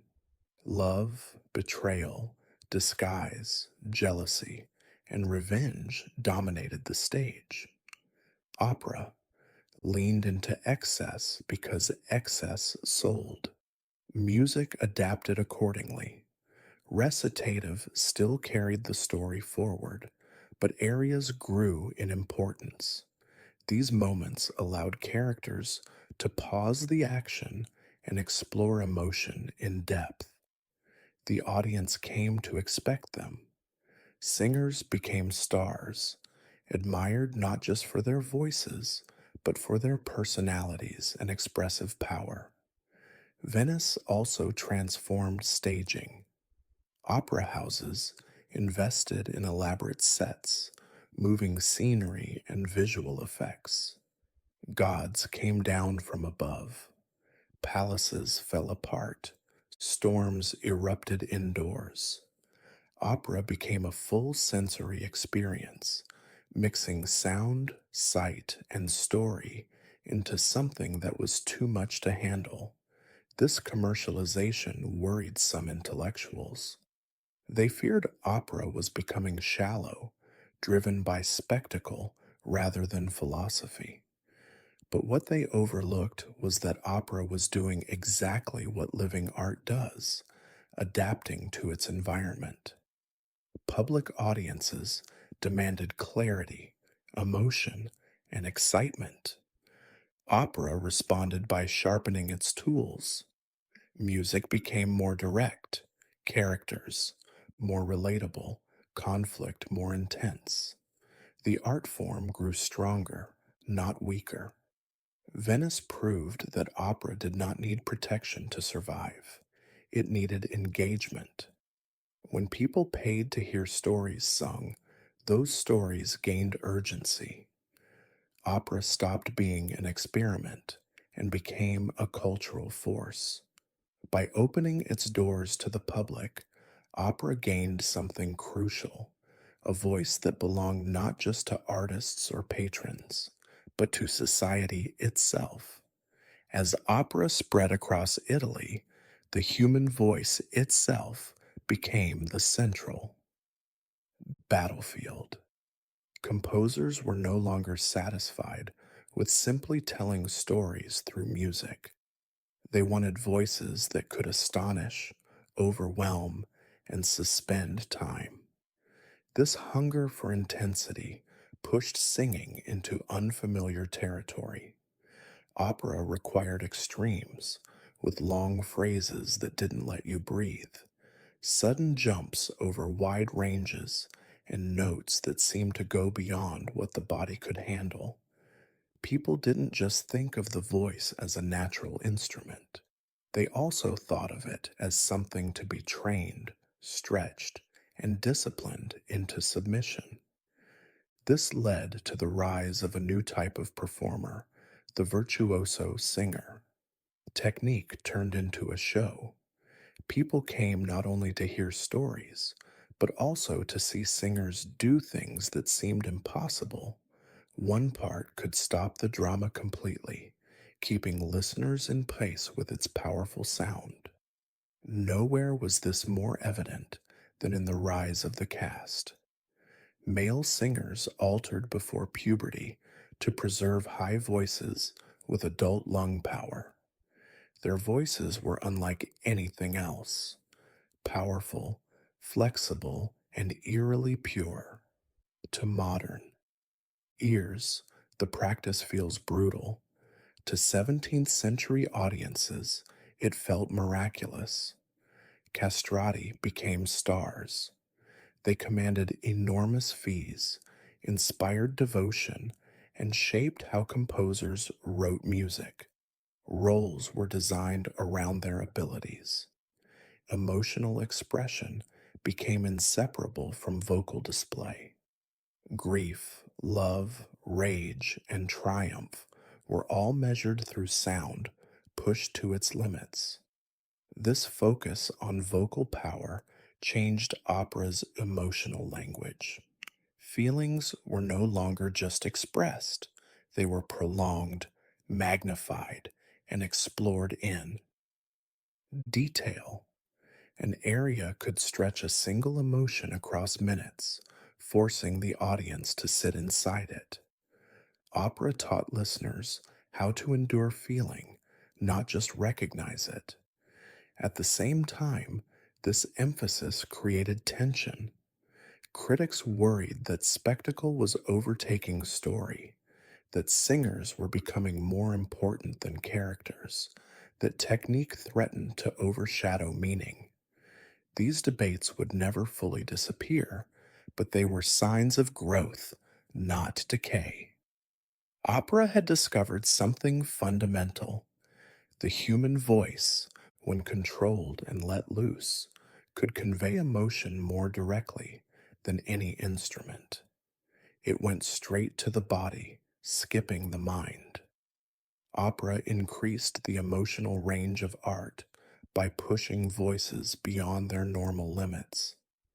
It didn't just ask what stories could be told, it also asked how much emotion a person could hold and let go of with just their breath.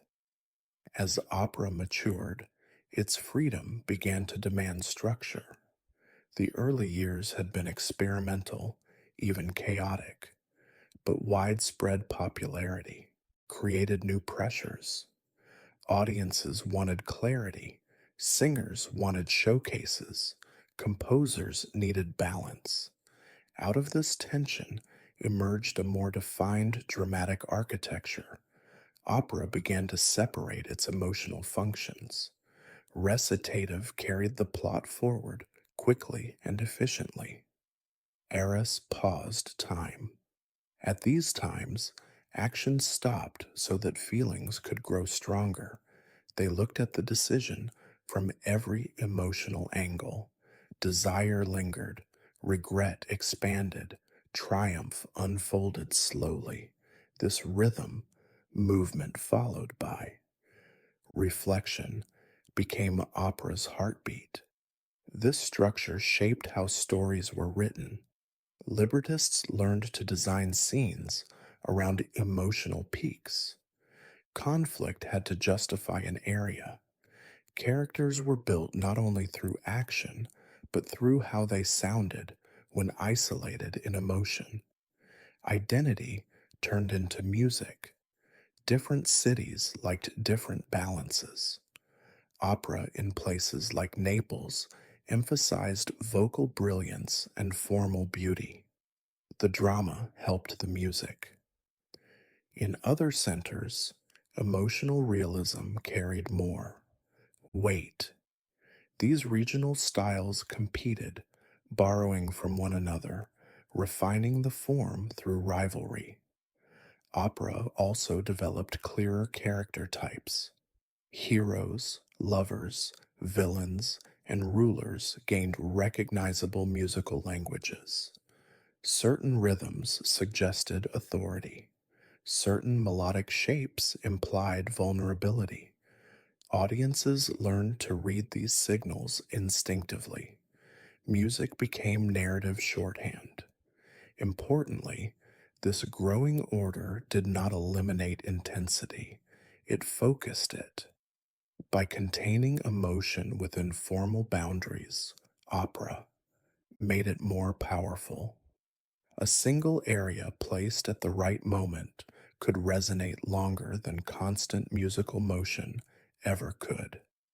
This balance between control and excess mirrored broader cultural changes. Europe was organizing itself politically, socially, aesthetically. This change was shown in opera. People still celebrated passion, but it had to be framed, shaped, and delivered just right. Some critics were sad that the early rawness was gone. Some people liked the improvement. What mattered was that opera now had a language that can adapt to change. It could absorb new tastes without losing its core. By learning how to pace emotion, opera secured its future. It was no longer dependent on novelty or shock. It could build tension, release it, and leave audiences changed. The art form had found its shape. Now, it only needed time to carry it forward. By the early 18th century, opera had outgrown the conditions that created it. What began as a specifically Italian solution to a Renaissance problem, how to fuse music, and drama, had become something far larger. Opera was no longer an experiment, it was an export. Italian opera traveled with astonishing speed. Composers, singers, and impresarios moved from city to city, carrying scores, techniques, and expectations with them. Italian became the dominant language of opera, even in places where no one spoke it fluently. Audiences learned to feel emotion through sound before they understood the words. This spread changed what opera was for. In Italy, opera had been a conversation that goes on between philosophy, music, and society. Overseas, it came to stand for sophistication, power, and cultural status. Not only did courts in Europe build opera houses for fun, but they also did it to show off their wealth. Being part of a bigger cultural world meant hosting opera. Opera changed as it crossed borders. It was changed by local tastes. Some areas liked big, showy things, while others wanted clearer stories or moral restraint. But Italian foundations were still easy to see. The focus on the alternation of recitative and aria, the idea that music could express feelings more accurately than speech. This growth also made the debate more intense. Was opera meant to impress or to make people feel? Should singers take the lead or should drama? These arguments followed opera wherever it went, but the form didn't get weaker because of the conflict. It made it sharper. Every challenge made composers improve how they worked. The success of Italian opera showed something important about how people think. People didn't have to know everything, word to feel like they were part of it. The voice itself had meaning, tone, tension, breath, and silence all directly expressed feelings. Opera showed that emotions could move faster than words. The spread of opera also changed how art was shared. It was no longer limited to one place or group of people. It spread through groups of theaters, patrons, and audiences. Opera was one of the first art forms that people from all over the world could enjoy. But even though opera changed a lot in other countries, it never completely lost its roots. From its roots in Italy, the idea that music should support drama and that voices should express emotion was still its main idea. Opera always had this basic idea, no matter how fancy or simple it got. It started in small rooms in Florence, but now it can be heard all over the world. Opera had left its home, but it never forgot the idea that gave it life, that human stories needed voices big enough to hold them. Italy did not create a new type of music when opera was born, more like coming up with a new way to think about art. Before opera, music and drama were two separate things. After the opera, they were never apart again. Sound was no longer just for show, it turned into language. Opera showed that music could do more than just go along with feelings. It might be feelings. A phrase that shakes could take the place of a whole paragraph of dialogue. A held note could show uncertainty, longing, or hopelessness better than words ever could. By doing this, opera changed how people thought about truth on stage.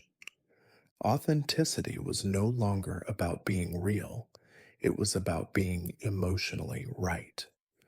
This change also changed the way performers worked.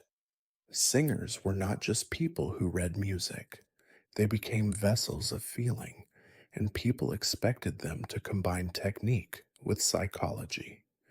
To give a convincing performance, you needed more than just a strong voice. It was important to know why a character sang the way they did. Opera required that emotion be controlled, not spontaneous. It also changed the way people watched. Listening became something you did. To keep up with an opera, you learned how to read musical cues, guess when emotions would change, and sit with feelings for a long time. Opera taught me to be patient. It asked people to stay with their feelings longer than they normally do. Most importantly, opera taught us that art can make reality better without leaving it. The stories were often made up, exaggerated, or impossible, but the feelings were very real. Love hurt in the same way. It sounded the same as loss. Fear made it hard to breathe in the same way. Opera exaggerated shape to find the truth. This is why opera lasted long after the Renaissance questions that led to its creation went away. Even when styles changed, languages changed, and theaters changed, the basic idea stayed the same. People still wanted stories that were bigger than life, but more real than just words. Opera did not take the place of other types of art. It took in poetry, theater, music, architecture, and more, and made them all one experience. That mix is what made it strong. In the end, opera worked because it answered a deep. People need to hear what goes on inside them. Music didn't just make a new genre when it learned to talk. It gave emotion a voice that could fill a room, a city, and eventually the